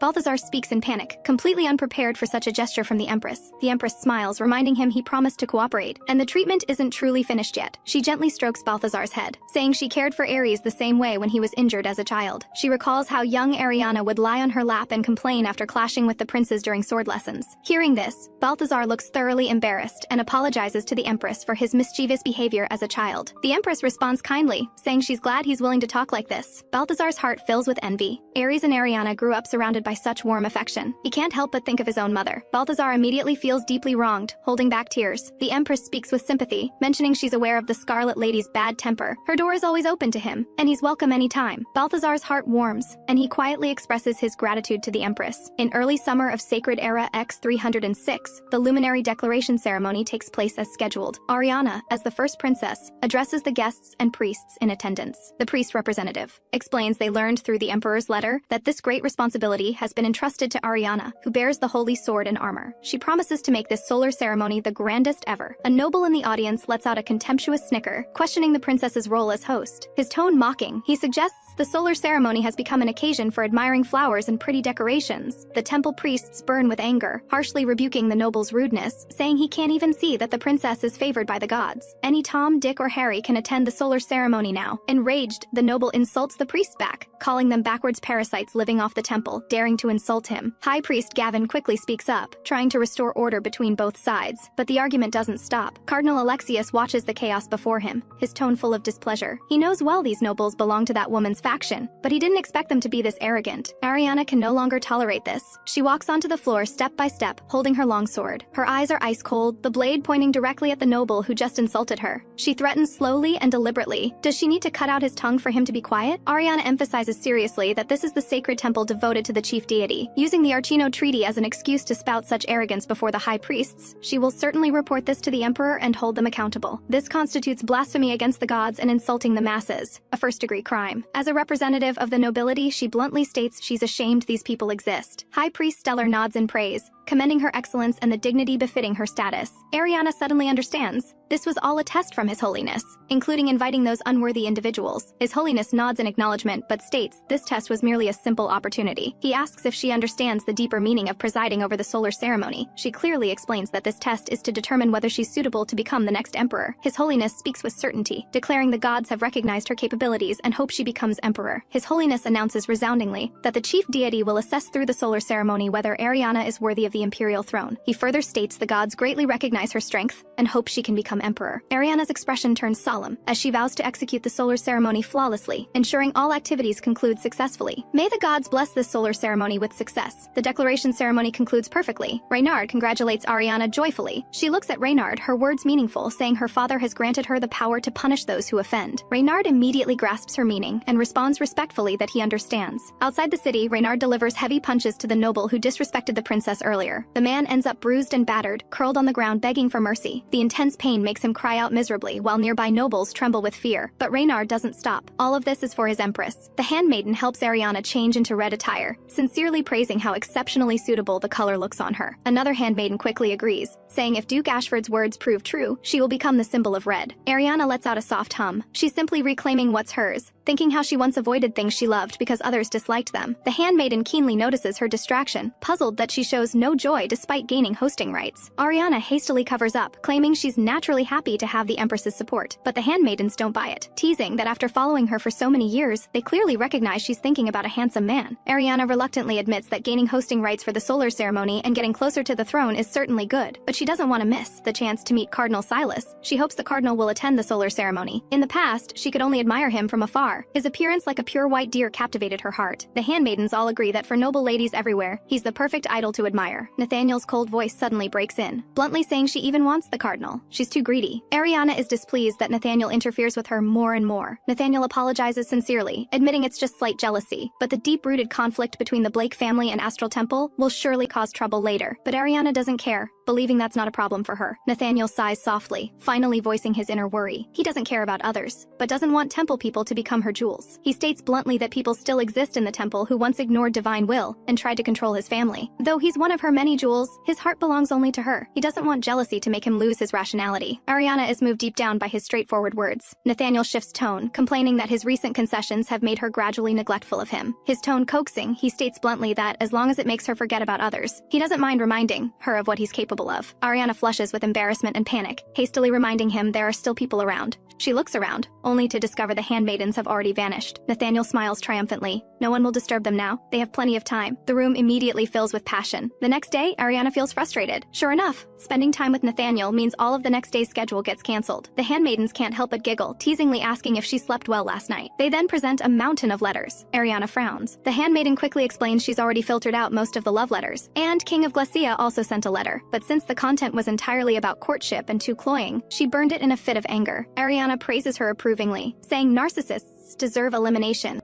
The other handmaiden is secretly shocked. What exactly happened before? Only the princess dares to disregard a foreign king so completely. They sort through the pile and inform her there are 2 important letters. As they speak, they first hand over one of them. Ariana takes the letter, and her expression instantly becomes grave. The letter is written in pure gold ink, adorned with black snakeskin, on expensive black silk paper. This grade of stationery can only be used by one family on this continent. No, only by that one person. That would be her fiancé, Duke Clarence. In Maximus Clarence's letter, he writes that he has been in Santolina for 3 whole years. Though it's an independent, small nation, it has merits. Santolina produces quality goods at affordable prices that could benefit Aurelia, and the food is delicious. He looks forward to sharing it with Ariana someday. His work is nearly done, and he will soon return to Ariana's side. Looking at the densely written words of longing, Ariana's expression remains cold. She tosses the letter aside with disgust. It's a political marriage arranged by her father. Where's the love in that? At least it should be pure-hearted like Prince Ignis for it to be called love. Ariana's heart softens, suddenly missing him deeply. As the main commander of the monster subjugation force, he's currently out campaigning. She asks the handmaiden questioningly if there's no letter from Solaria. The handmaiden quickly indicates the other one is. Seeing the golden silk paper, Ariana instantly realizes it's written by Solarian royalty. The letter spans 2 full pages, covered in dense handwriting. After Ariana carefully reads it with curiosity, the contents shock her deeply. In the letter, Talia respectfully addresses her as Princess Ariana of Aurelia and wishes her well. The letter mentions the approaching solar ceremony, with everyone busy preparing, and congratulates her on becoming a luminary. She will attend Aurelia's solar ceremony as Solaria's representative alongside her husband. She hopes to meet and speak with Ariana during the solar ceremony. If Ariana accepts, she will forever be her supporter and offer full assistance. The signature reads, Crown Princess Talia Diorlana. Ariana panics, asking if she did anything wrong at the procession ceremony. Talia is universally recognized as a formidable figure who controls not only the royal registry and political power, but also stabilized the nation during the magic crystal turmoil. Why would such a person suddenly want to meet her? She's heard rumors of Talia subduing monsters barehanded, and knows she never loses in social battles. The handmaiden quickly reassures her that her performance was perfect. Ariana helplessly tells herself it's probably just routine political rhetoric. The Duke's matter is already troublesome enough, and now there's Talia. Ariana feels overwhelmed. She's deeply troubled, unsure whether to be happy or worried about Talia's proposal. Ariana takes a deep breath, forcing herself to calm down. She decides to, temporarily, set aside Clarence and his pro-prince faction, prioritizing Talia instead. Talia will be Solaria's queen in the future. With her support, becoming heir to the throne will be easier. She decides right then to adjust her schedule for Talia. 30 days before the solar ceremony, father and daughter dine alone. The emperor praises Ariana for her dedicated preparations for the solar ceremony, saying she's truly his daughter. She must be the great blessing the chief deity bestowed upon him and Serena. Ariana appears bashful and thanks him with a smile, but she knows well that though her father dotes on her, if she performs poorly, this affection could vanish any time. She will never allow anyone to steal her intimate moments with her father. The emperor mentions Delancia's saying 1 good daughter is worth 10 sons, and affectionately says this describes describes Ariana perfectly. He then promises that after the solar ceremony, he'll take her to inspect the border she's always wanted to visit. Ariana is thrilled, talking enthusiastically about her knowledge of and interest in the border, hoping her father will teach her tactical management. The Emperor is amused by her. Since she's so interested in governance and imperial studies, how could he bear to refuse? He hasn't seen her like this since her 13th birthday. Ariana feels a bit embarrassed. The Emperor smiles and tells her not to mind, urging her to eat more. Ariana obediently agrees and picks up her utensils to continue eating. At this moment, the Emperor suddenly mentions that Ariana's fiancé Clarence will soon return. Ariana can only bite the bullet and respond that the Duke has already informed her of this through his letter. The Clarence family is the longest-standing house aside from Blake, capable of suppressing other noble factions. Crucial indeed, the current Duke Clarence. Diplomatic achievements are unmatched. The Emperor states seriously that as her father, he will fully support her marriage to Clarence. The Clarence ducal house is among the finest existing families, capable of suppressing other noble factions. The Emperor speaks earnestly, saying as her father he will fully support her union with the Duke. Ariana sighs, only able to respond respectfully that she understands. The Emperor states he'll host a homecoming banquet for the Duke to deepen their relationship, ensuring he can serve the imperial family in the future. He also instructs Ariana not to stay too close to her jewels at the banquet and to attend to her fiancé more. Ariana feels resentful inside. The Emperor is reminding her to fulfill her political responsibilities as princess. Her previous jewel-collecting behavior was merely tolerated by him. Now she must return to the real matter of the political marriage. Ariana forces a smile and answers yes, her tone somewhat distant. Back at her residence, Ariana feels unsettled. Spending time with her jewels these past months, she'd completely forgotten about him. She truly can't muster any interest in this fiancé. She has no impression of his appearance or personality whatsoever. Her only memory is him trying to kiss her before going abroad, which enraged her so much she slapped him hard across the face.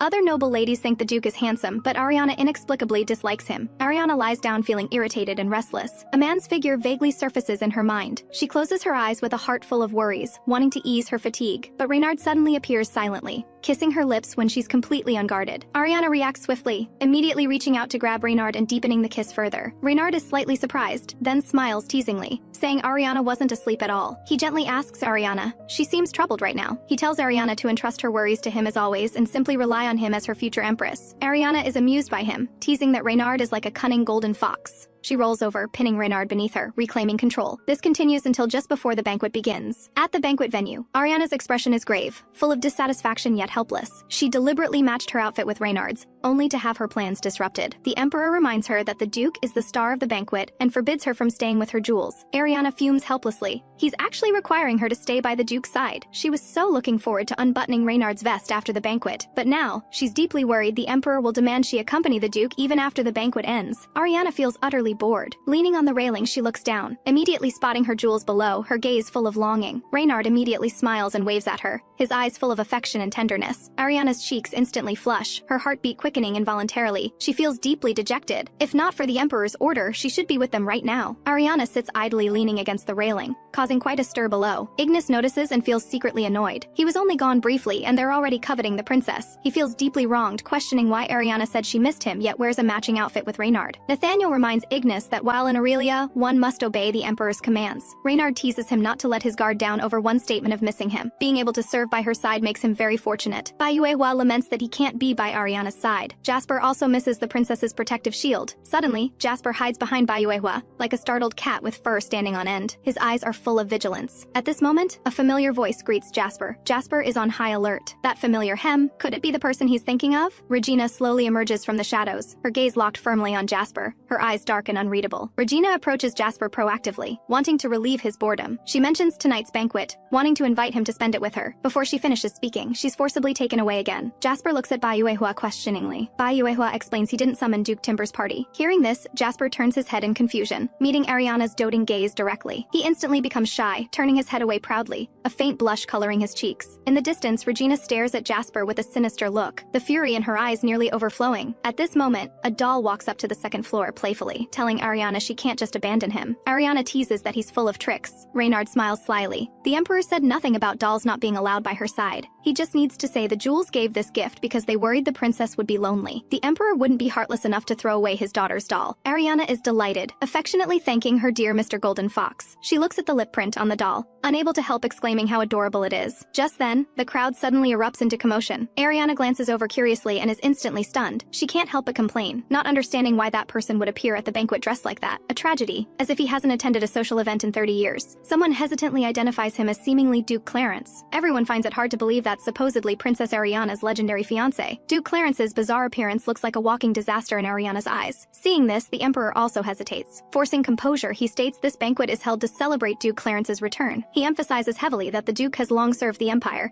dedicating himself to establishing good diplomatic relations with smaller nations. The Emperor hesitates as he introduces Clarence as not only a meritorious subject, but also Ariana's fiancé. The jewels are all shocked at the sight. The Emperor ignores everything, inviting everyone to raise their glasses to his contributions. Ariana is completely petrified, unable to believe that man is her fiancé. Ignis mutters that the imperial family wouldn't bring a pig and claim it's her fiancé, would they? Nathaniel quickly reminds him to watch his words. Bai Yuehua is also puzzled. He heard Clarence was once as sharp as a serpent in society. How could he be like this? Reynard can't control his laughter. This is truly an unexpectedly good show. Jasper quickly reminds him he's laughing too loudly. Hearing Reynard's laughter, Ariana feels her world crumbles. What on earth is happening? The noble ladies discuss that the last country Clarence visited specializes in producing cheap goods. Ariana keeps saying this can't be right. She absolutely cannot accept this reality. There are chubby but cute men in the world, but Clarence doesn't look cute no matter how you look at him. Add to that this outfit. She truly can't understand what style this is supposed to be. This style is practically the definition of cheap. Ariana despairs. Not only will Balthazar mock her, but Bellatrix, that annoying witch, certainly will too. This fiancé's existence will become a major flaw of hers. The handmaiden quickly approaches, asking with concern what's wrong. Ariana melancholically tells the handmaiden to bring some strong liquor, to secretly mix the spirits into red wine. She desperately needs alcohol to get herself drunk. The handmaiden doesn't dare delay and quickly complies. Ariana downs glass after glass, and soon she's intoxicated. She even hopes she can just faint right here and escape from all this. At this moment, Clarence suddenly appears, greeting her with an excited tone. He asks worriedly if Ariana has had too much to drink. Ariana's eyes are hazy with drink as she recognizes the person before her as Duke Clarence. Clarence immediately expresses with deep emotion that he's finally returned to Ariana's side. Ariana can no longer support herself. Her body goes limp. In her fading consciousness, she calls out Nathaniel's name, begging for rescue. But Clarence doesn't notice her resistance at all, still rambling on about how much he's missed her. The next second, Nathaniel suddenly appears, catching Ariana firmly. Clarence calls out urgently to stop him, asking Nathaniel displeasedly what he's doing. Nathaniel responds stiffly and dismissively that the princess was too happy and accidentally drank too much. The emotional reunion can wait until tomorrow. Clarence insists this is his responsibility and demands Nathaniel hand her over to him. Nathaniel coldly reminds him he still needs to greet many guests. The princess can be left to him. Clarence becomes frantic, calling out loudly trying to stop them. The next second, all the princess's jewels gather to escort Ariana. Everyone exclaims what a feast for the eyes this is. Reynard walks up to Clarence, his tone dripping with mocking sarcasm. He teases that if he were Clarence's fiancé, he'd definitely break off the engagement on the spot. His current appearance makes him look exactly like a clown. Seeing her headache, Nathaniel scolds her but with heartache, asking why she drank so much. Ariana apologizes softly. Nathaniel gently interrupts, asking her to tell him I love you. Ariana obediently responds, I love you. The jewels thoughtfully say they'll handle the solar ceremony matters for her. She should rest easy. Ariana nods reassured and falls into deep sleep surrounded by her jewels. Clarence stands before a mirror, gradually feeling inferior as he looks at himself. He recalls Ignis Casanova, the second prince of the Solarian royal family and commander of the Achilles Legion. Bai Yuehua, called the Lunar Immortal in Delancia, general of the king's direct intelligence force. Jasper of House Marino, second son who can read trends precisely. Reynard Ashford, known as Glacia's golden fox for his exceptional cunning, is among them too. And there's Nathaniel Blake, head of the world-renowned Estrella Divine Beast clan. These are all top-tier handsome men who possess both looks and talent. He can't help but wonder, does the princess collecting jewels mean collecting handsome men? But he's the complete opposite of her preferences. He recalls nobles discussing how his attire at the banquet was too ridiculous.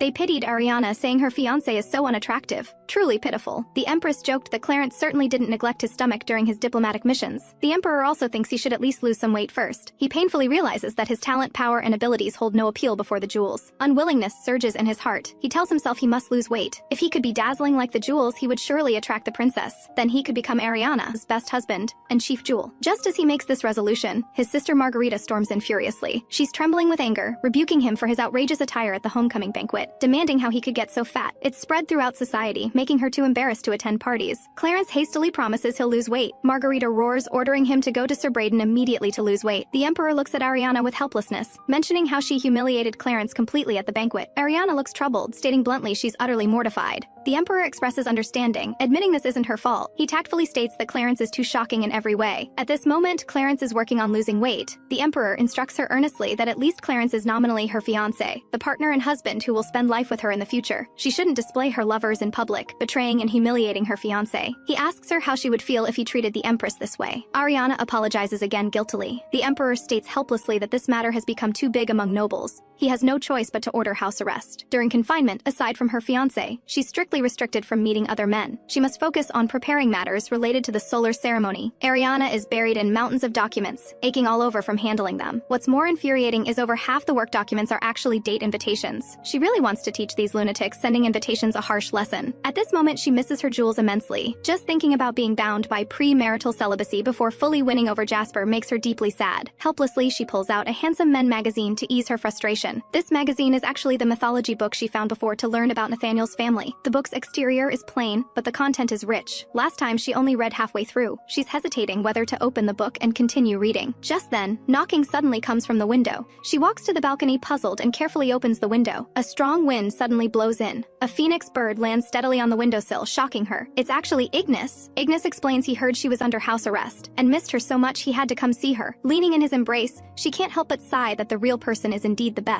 She curiously asks Ignis how he got in when there are magic barriers everywhere. Ignis laughs proudly, mysteriously saying he has his ways. He secretly gloats. Nathaniel was ordered by the Emperor not to approach. Jasper and Reynard are busy assisting the Empress. As for Bai Yuehua, he added sleeping pills to his favorite Japanese sweets. He won't mention these little tricks. Ignis extends an invitation, asking if she wants to soar through the night sky together. He's found a place the Emperor can't discover. He suggests going there first to get some fresh air and temporarily escape this tedious confinement. Ariana lets out a surprised cry and is already flying through the air. At a secret location, the two release all their longing from these past days under the moonlight. Meanwhile, a gust of wind suddenly sweeps through the room. The book pages flip continuously in the wind, as if guiding towards something. Finally, the book stops at a certain page, which clearly reads Onyx City, the sacred land of the divine beast Blake family. Astrian. Nathaniel just returns home, only to be questioned by his mother Beatrice about what's going on. He didn't appear with her Highness the Princess today. The sun must be rising in the west. His sister Penelope chimes in from the side, her tone full of teasing, saying he couldn't have performed poorly and been rejected by the princess, could he? Nathaniel's face flushes as he explains it was His Majesty the Emperor who ordered him not to approach the princess. He simply came home early to see his father. He wasn't abandoned. Besides, the sacred day of Hervin for the siblings is approaching. Hearing this, Beatrice understands, roughly guessing what he and his father will discuss. The next second, Nathaniel's father Oberon suddenly appears, his expression serious as he directly orders Nathaniel to come to his office.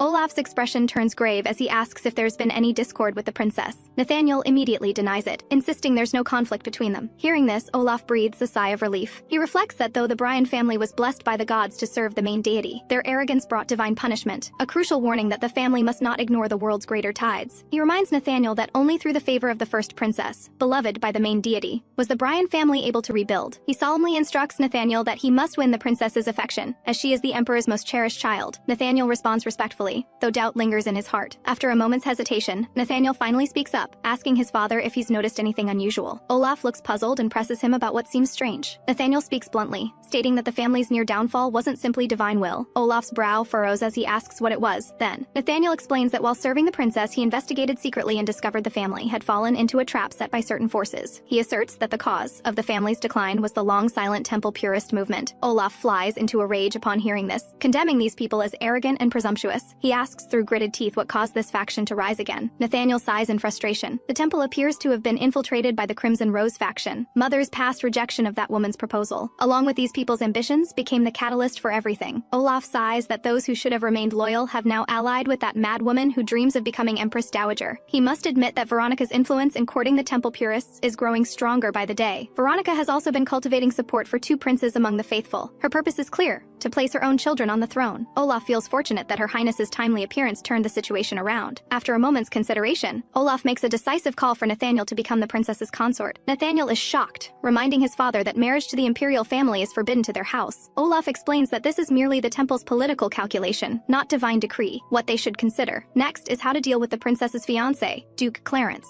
Olaf signals Nathaniel to give the princess the memory of that day preserved in the music box. Nathaniel is stunned, confirming his father means the Hyacinth records, forbidden by the imperial family. Olaf nods. Duke Clarence will be shocked as well, since everyone believed they were destroyed. In truth, this crucial record has been secretly preserved by the Bryan family all along. If the Duke learns of this, the Crimson Rose may have infiltrated his family. Olaf warns that they must prevent the Duke from discovering it directly. Better, he learns it from the princess herself. Nathaniel agrees wholeheartedly, reaching consensus with his father. Serena steps forward again, again, pleading with Ariana to handle the settlement tasks. Ariana can hardly believe it, complaining she's been working 5 straight hours without a break. At that moment, 2 maids knock and enter. They joke that they can clearly see the princess desperately needs assistance. One says that to help the princess, they've sneaked over specifically to provide support. The other gestures for the princess not to stare, saying the current pace is too slow, and she should hand the work over to them. Ariana is utterly shocked. It's Reynard and Jasper dressed as women. She insists weakly that she's fine, just exhausted from too many tasks. The maids feel quite fortunate their timing is perfect. They then escort the princess to prepare her solar ceremony gown, leaving the 2 of them to handle the documents. Ariana hurriedly thanks them and follows the maids out. Reynard speaks up, suggesting they start processing the documents immediately. He teases Jasper, saying his female attire is his masterpiece and looks rather fetching. Jasper, flushed with both embarrassment and anger, snaps that Reynard is talking nonsense. Across the way, Regina is watching their every move through a telescope. Seeing Jasper in women's clothing, she appears incredibly excited. An odd feeling rises in Ariana's heart, sensing someone is coveting what belongs to her. Reynard stretches and asks if they've finished processing all the documents. Jasper nods. Only the final settlement requires the princess's completion. Reynard suggests taking a short break, but Jasper insists they must deliver the documents to the palace study first. Regina hides in the shadows, taking in their every movement. Seizing her moment, Regina deliberately rushes out from the darkness. Jasper nimbly sidesteps her charge. Regina, off balance, falls flat on the ground in a humiliating heap. Reynard hurries over, asking with concern if she's all right. Regina lies on the ground, embarrassed and somewhat incoherent. Jasper reminds her to be more careful. Regina seems surprised at his words. The next second, his face shows complete impatience as he rebukes her disgraceful conduct as a stain on the family name. He turns and coldly urges Reynard to leave at once. Reynard politely bids Regina a brief farewell, indicating he'll take his leave. He also reminds her to be careful. Reynard hurries to catch up with Jasper, asking him to wait. He can't help but complain that Jasper should have at least helped Regina up. Jasper's face shows utter disdain as he retorts that Reynard wouldn't have done it either. Reynard sighs that he's truly cold-blooded. Hearing this, Jasper states bluntly he has no need to play along with such fake theatrics. He challenges Reynard, asking if he really couldn't tell she was faking. Reynard suddenly leans in close, admitting he saw through it long ago but worried Jasper's icy attitude might cause trouble. Jasper's expression instantly changes as he warns Reynard not to meddle and provoke his anger. He warns Reynard not to make gestures that invite misunderstanding. Regina stares at Jasper's retreating figure, her heart filled with frustration yet growing more obsessed. She's full of resentment, unable to understand why Jasper is so cold to her, her eyes flashing with intense possessiveness. Regina can no longer contain herself and decides to contact that person. The day of the solar ceremony arrives. Balthazar appears and unexpectedly attracts the attention of numerous young women. The girls exclaim in amazement that Prince Balthazar is so handsome. Balthazar feels somewhat uncomfortable, not understanding why simply letting down his bangs causes such a reaction. The Scarlet Lady's face shows utter disdain as she warns Balthazar these girls are completely unworthy of him. Balthazar nods obediently, silently listening to his mother's teachings. The Empress speaks up timely, criticizing the Scarlet Lady for treating Balthazar like a breeding tool. She reminds the Scarlet Lady that as a rose representing imperial authority and character, she should display proper conduct. The Scarlet Lady laughs dismissively, using the solar ceremony as a pretext to change the subject. With that, she walks away directly. Balthazar politely bows to the Empress.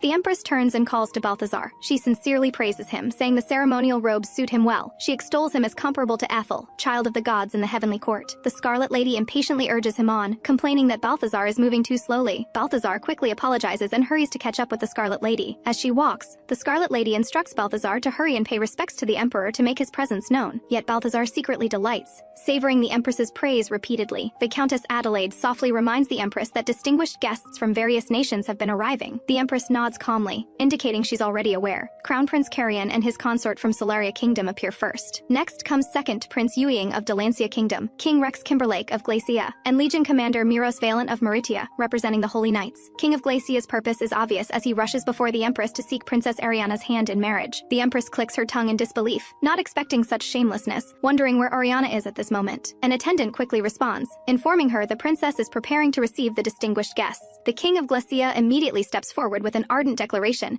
claiming he's been sleepless for nights longing to see her. Reynard, having had enough, grabs the King of Glacia by the ear and drags him away. Meanwhile, Crown Prince Carrion's gaze follows Ariana intently. Crown Princess Talia, seeing this, covers her face with her hand in exasperation. The moment Ariana appears, Prince Carrion is completely captivated by her beauty. Talia calls his name several times with no response. Ignis reminds him his sister-in-law is calling, and he finally snaps out of it, quipping that Ignis is pathetic. Ignis ignores him and politely asks his sister-in-law if all has been well lately. Talia smiles, saying it's been too long and welcoming Ignis's arrival. Carrion suddenly feels a sharp pain in his shoulder and lets out a puzzled grunt. Ignis's gaze turns serious as he signals his brother to come with him. At this moment, Yueying corners Bai Yuehua in a side alley. Bai Yuehua looks at Yueying, his face full of shock. He asks in confusion why Yueying would appear in Aurelia. Yueying feigns hurt, Reaching out to stroke Bai Yuehua's hair, he asks pointedly if seeing a long-absent friend doesn't make him happy. He deliberately calls Bai Yuehua the Snow White Weasel. Yueying looks Bai Yuehua up and down. He teases that spending time by the princess's side has made him even more adorable. Bai Yuehua doesn't respond, insisting on knowing Yueying's true purpose for coming. Yueying answers casually that he simply wanted to visit. As a second prince with no inheritance rights, there's nothing for him to do in the vast palace. He admits that after Bai Yuehua left, he realized that rather than being a political pawn coveted by ministers, he'd rather become Princess Ariana's, which would also make him a card in the crown prince's hand. Bai Yuehua is utterly confused. Yueying explains that at the Silver Moon ceremony, their father announced his abdication and passed the throne to the crown prince. He thoughtfully adds that their father isn't ill, just advanced in years and wishing to retire. So, the crown prince is currently busy, and brother Chen Shi doesn't wish to see Bai Yuehua, naturally refusing to come. Of those remaining, only he was left, though the crown prince also indicated he'll attend the solar ceremony. But he told mother he missed Bai Yuehua so much he couldn't eat or sleep, so she worried and let him come as a guest. Bai Yuehua is quite angry, reminding Yueying that mother would be furious if she knew his real aim was the princess. Yet Yueying defends himself, saying he didn't lie. He does want to leave the palace and truly missed his friend. He speaks with an aggrieved expression about how the palace without Bai Yuehua feels unbearably lonely. As they converse, sounds in the distance signal that the solar ceremony has begun. Bai Yuehua seizes the opportunity, reminding Yueying that as a distinguished guest, he's been away from his seat too long. Yueying chuckles softly in agreement. Before leaving, he doesn't forget to promise another meeting, still calling him the Snow White Weasel. Horn blasts echo one after another, resounding through the sky, announcing the solar ceremony's official commencement. The assembled crowds cry out in awe. The horn sounds are magnificent, carrying all the way to Glacia, Meritia, Solaria, Delancia, and beyond as people emerge to observe the occasion. Ariana, dressed in magnificent robes, slowly ascends the sacrificial platform. She reaches out and gently grasps the Empress's hand, both mother and daughter beaming with joy. The Scarlet Lady, however, finds it all dreadfully boring, yawning repeatedly in stark contrast to Serena and her children. Ariana raises the sacred flame high, preparing to bestow divine blessings. The crowd below watches the stage with anticipation. They cry out in wonder. Meanwhile, Jasper appears alone in a secluded alley. He's chasing something, breathing heavily. He seems to be guided by a peculiar scent. At the same time, the ceremony's most crucial step begins. A maid places willow branches blessed with divine grace into Ariana's hands. The onlooking citizens are amazed that the Lightbearer's blessings can spread beyond the temple grounds. This is the first time they've witnessed such a magnificent and wondrous blessing. The people raise their arms and cheer for Princess Ariana. The Emperor and Empress watch their daughter's performance, applauding with pride written across their faces. Balthazar watches Ariana's powerful divine abilities, feeling inferior as he laments the god's cruelty and unfairness.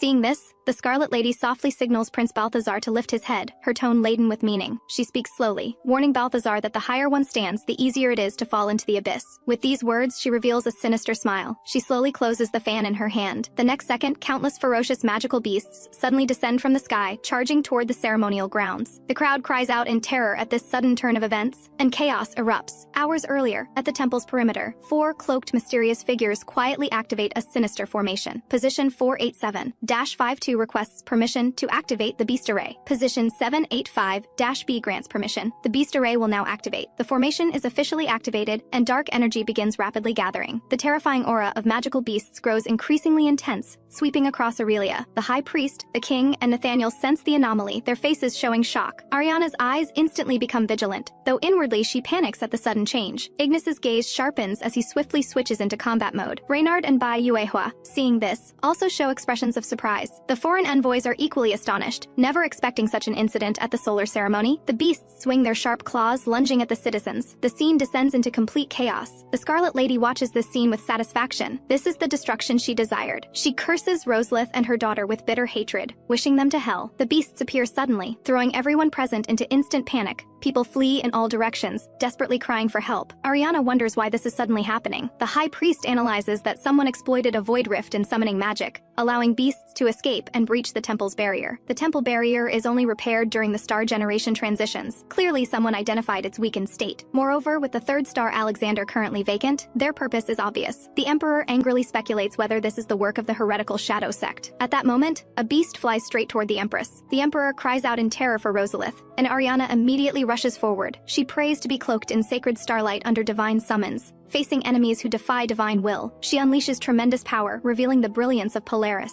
Ariana strikes decisively, successfully slaying the beast charging at the Empress. She then anxiously asks if she's all right. The Emperor frantically calls for Empress Roselith, pulling her into his arms in relief. The Empress responds softly, feeling a long absence stirring in her heart. The number of beasts continues to multiply, and the situation grows increasingly dire. Seeing this, the Emperor's heart tightens. He solemnly instructs Ariana that she must prioritize protecting her mother. He says he'll go rescue the children, as well as Veronica and Cordelia Cordelia. The Emperor tenderly addresses Rosalith, swearing that she has always been his most beloved. But as the family's head, he must protect his entire household, and begs Rosalith's understanding. Rosalith reluctantly compromises and agrees to the Emperor's request. Before leaving, the Emperor entrusts his youngest daughter Ariana, asking her to take care of his most beloved Rosalith. Ariana solemnly promises her father she'll protect the Empress. With that, the Emperor immediately rushes to the battlefield. Ariana instructs the Empress to stay close by her side. The beasts are still attacking relentlessly, and everyone on the field fights desperately to resist. The foreign envoys also give their all, helping to slay the beasts with all their might. A beast suddenly turns and charges at Crown Princess Talia. Talia's face shows complete disdain as she swats the beast away with a single palm strike. Carrion's heart is filled with favoritism toward Ariana, finding her endearingly delicate. He truly cannot comprehend why his wife has to be such a violently formidable woman. Meanwhile, Ariana is constantly slaying the seemingly endless beasts. Reynard and Bai Yuehua rush over urgently, calling out to Her Highness. After confirming that Bai Yuehua and Reynard are safe, Ariana breathes a sigh of relief. Seeing Reynard's side empty, she anxiously asks about Jasper's whereabouts. The two are usually inseparable. Reynard isn't sure either, vaguely saying it's a long story. Ariana, helpless, says she's fine for now and asks the two to escort the Empress to safety. Reynard respectfully asks the Empress to come with them, but she's worried about her daughter. She cries out for Little Star, saying she's already lost Ares and cannot lose her too. She calls her daughter's name heart-wrenchingly. Ariana still stands firm atop the city wall. She apologizes guiltily to the Empress, then resolutely summons Nathaniel. Nathaniel transforms into the Mount size most common to the Bryan clan, ready to follow orders. He reports to Ariana that he's ordered the army to track the beast's source and rescue civilians. Miros, Prince Yueying, and Crown Princess Talia also step forward. The visible number of beasts is approximately 50 to 60. Ariana asks about Ignis. Nathaniel informs her he immediately mobilized troops to help civilians evacuate and is fighting fiercely. Ignis stands before the temple roaring, vowing to protect the honor and glory of the sun god's descendants. He rallies the soldiers to crush all the beasts, saying they have the sun god's protection and will surely prevail. Ignis moves swiftly, slaying with one sword strike the beast about to attack a mother and daughter. Ariana silently admires him, truly a battle-tested veteran, utterly dependable. Ariana asks about Cordelia and Serena. Nathaniel replies that both are doing their utmost to help evacuate civilians and maintain order. A loud crash sounds as a beast smashes through a nearby pillar. A mother falls accidentally, crying out in panic for help. The child bursts into tears, sobbing for their mother. In the nick of time, Ariana arrives riding Nathaniel. The mother thanks Ariana and Nathaniel repeatedly. Ariana urges them to hurry to safety. Balthazar fights the beasts alone on the battlefield. Gradually his strength fails, and he struggles visibly. Just as he's about to collapse, Ariana arrives in time. She completely slays the beast. His heart fills with frustration. He can't help but wonder if he truly can never match Ariana. While he's distracted, a beast silently attacks from behind. By the time Balthazar realizes it, it's too late to dodge. At the critical moment, Ariana severs the beast's head with one sword strike. Ariana asks with concern if Balthazar is all right, while also inquiring about the Emperor and others' whereabouts. Balthazar stubbornly insists he can manage and doesn't need her protection. Ariana retorts irritably that if they weren't siblings, she'd have abandoned him long ago. She takes out a new sword and hands it to Balthazar, saying it's a birthday gift she prepared in advance. This sword is better than his old one. She tells him to take it quickly. She decides to advance southward, leaving the northern battlefield to Balthazar. Nathaniel asks worriedly if he'll really be all right. Ariana firmly states that if he couldn't handle it, he'd be dead already. Sensing Ariana's troubled emotions, Nathaniel asks with concern what's on her mind. Ariana expresses her deep worry that she can't find any trace of Jasper. She can't even sense Jasper's cool magic, and her heart is filled with unease. Ariana silently prays in her heart that Jasper must be safe. Jasper lies on the ground coughing painfully, unable to move his body. The person across from him laughs triumphantly. Using rose seed as bait, the blue cat took the hook as expected. It seems that person was right after all. Watching Jasper's unwilling eyes, Regina's laughter carries a sickly delight. She tells him that the alluring fruit left after the crimson rose withers is the rose seed he seeks. In that guide's words, this is called the dream fruit, but to the world it's a forbidden narcotic. She's been consuming this fruit these past few days. Her long-cherished dream as Rosalind Yangborn is slowly becoming reality. She calls to Jasper obsessively, declaring she's ready to become his. She'll possess Jasper completely in a corner Princess Ariana cannot reach. Regina states fervently that all of this was carefully prepared by that person for them. Jasper cries out for help with all his remaining strength. Even with just a thread of hope, he refuses to give up. His consciousness gradually blurs as Ariana's silhouette replays in his mind. He repeats desperately in his thoughts, even if it's her, if only her, as long as someone can save him. Jasper pleads desperately in his heart. Princess Ariana, please save me! Ariana asks with concern if Nathaniel is injured.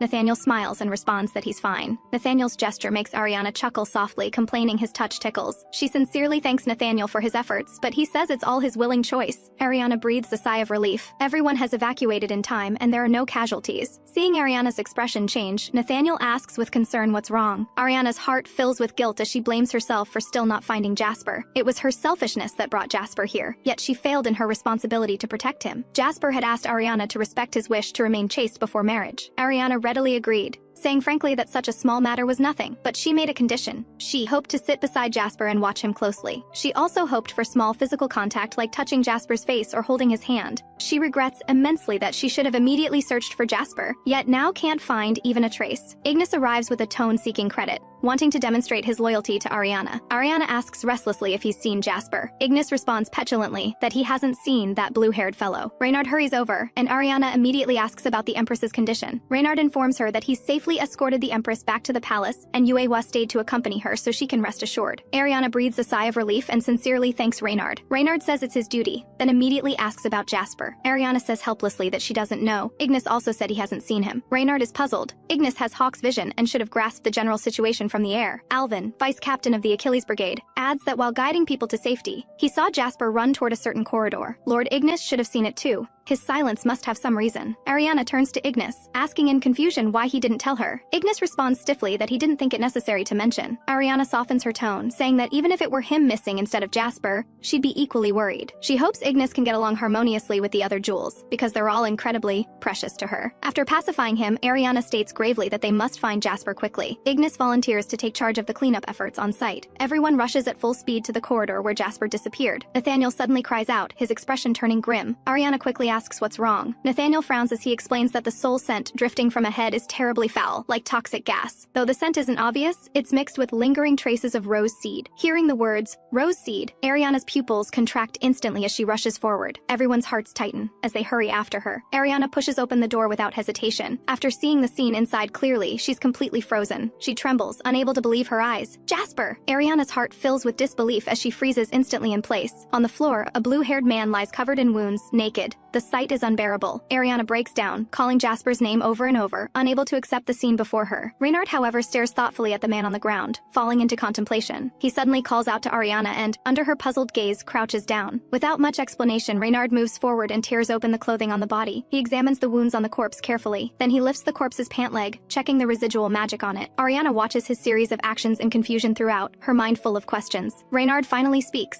his tone serious as he reveals the crucial discovery to Ariana. He informs Ariana that the body on the ground is not Jasper. Ariana instantly breathes a sigh of relief, exclaiming in excitement. Reynard explains that the wounds on the corpse were inflicted post-mortem, clearly fabricated by magic. He points to a spot on the corpse, reminding Ariana that traces of residual magic are faintly visible there. Reynard analyzes that the culprit clearly left a strong scent with magic deliberately to guard against Nathaniel. He states somewhat mockingly that the culprit prepared thoroughly, but failed to guard against him. And most crucially, the corpse's build differs from Jasper's. Jasper swims regularly. His shoulder muscles are robust and developed, completely unlike the corpse. Ariana is curious how Reynard knows Jasper swims and is familiar with his physique. Reynard says casually he's touched him before, so he knows his muscle condition. Ariana's mind instantly conjures up images of their interactions, feeling completely unbalanced. She hasn't even touched him. Reynard decisively proposes tracking Jasper's whereabouts immediately. He turns to Nathaniel, asking if he can pick up the soul scent remaining on the corpse. Ariana also urgently pleads with Nathaniel, hoping he can help find Jasper's whereabouts. Nathaniel immediately understands and transforms into his true form. He approaches the corpse and sniffs carefully. He focuses intently on distinguishing the complex scents on the corpse, trying to find clues. He senses the trapped Jasper calling out desperately in his heart, "Help." Nathaniel quickly makes a discovery, saying he can track immediately. Hearing this, Ariana immediately orders them to depart and rescue Jasper. Nathaniel can't help but praise Reynard, saying he's excellent at staying composed and taking control in critical moments. Reynard modestly brushes it off as nothing. He indicates it's inconvenient to state openly before the princess,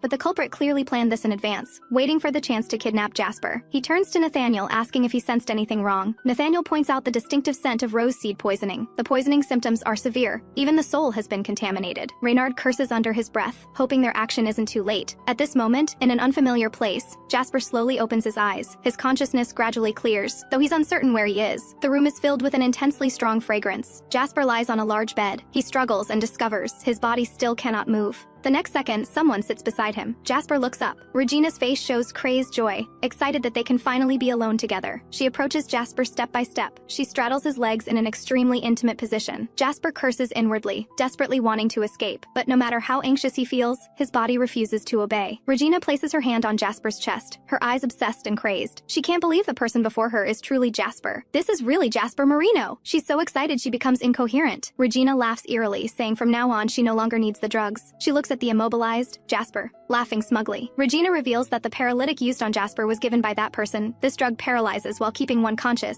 so he can deeply feel her love. Regina ignores his resistance, talking to herself about letting him feel her warmth. Jasper cries out desperately in his mind, begging Regina not to touch him anymore. Regina immerses herself in her fantasies, praising Jasper's charm and wanting to be with him forever. Jasper feels utterly desperate, only able to curse inwardly, unable to do anything. A strange sound suddenly echoes. Jasper freezes. This doesn't seem like an ordinary explosion. Regina thinks it's the servants and rebukes them not to interfere. Before Regina can finish, Ariana rushes forward and knocks her down with one punch. Regina falls to the ground, trembling all over, in too much pain to speak coherently. Jasper looks at the suddenly appearing Ariana, his eyes full of relief at being rescued. Ariana stares at Regina on the ground, her tone icy, saying she dared to touch her jewel. It seems she doesn't want to live. Reynard follows in, frowning the moment he enters at the scent, saying it's too strong. Nathaniel apologizes to Ariana, saying the smell is unbearable and he must temporarily withdraw. Before leaving, he warns Ariana that this intense rotting rose scent is no simple matter. Ariana interrogates Regina on the ground, asking if she's connected to the rose seed producer. This is definitely not something she could accomplish alone. Regina glares at Ariana furiously, her eyes vicious. She strikes the ground with her hand. The next second, she bursts into laughter, shrieking that Ariana will regret destroying her happiness. Ariana sees Regina about to flee and shouts sternly for her to stop, preparing to give chase. Reynard quickly stops her, saying he's already destroyed the magic circle. Regina can't get far. Regina cedes through gritted teeth that she absolutely won't give up. Her heart fills with venomous resentment. She must take Jasper back from Ariana's side. It's all that damned woman's fault for ruining everything. She'll make her pay the price.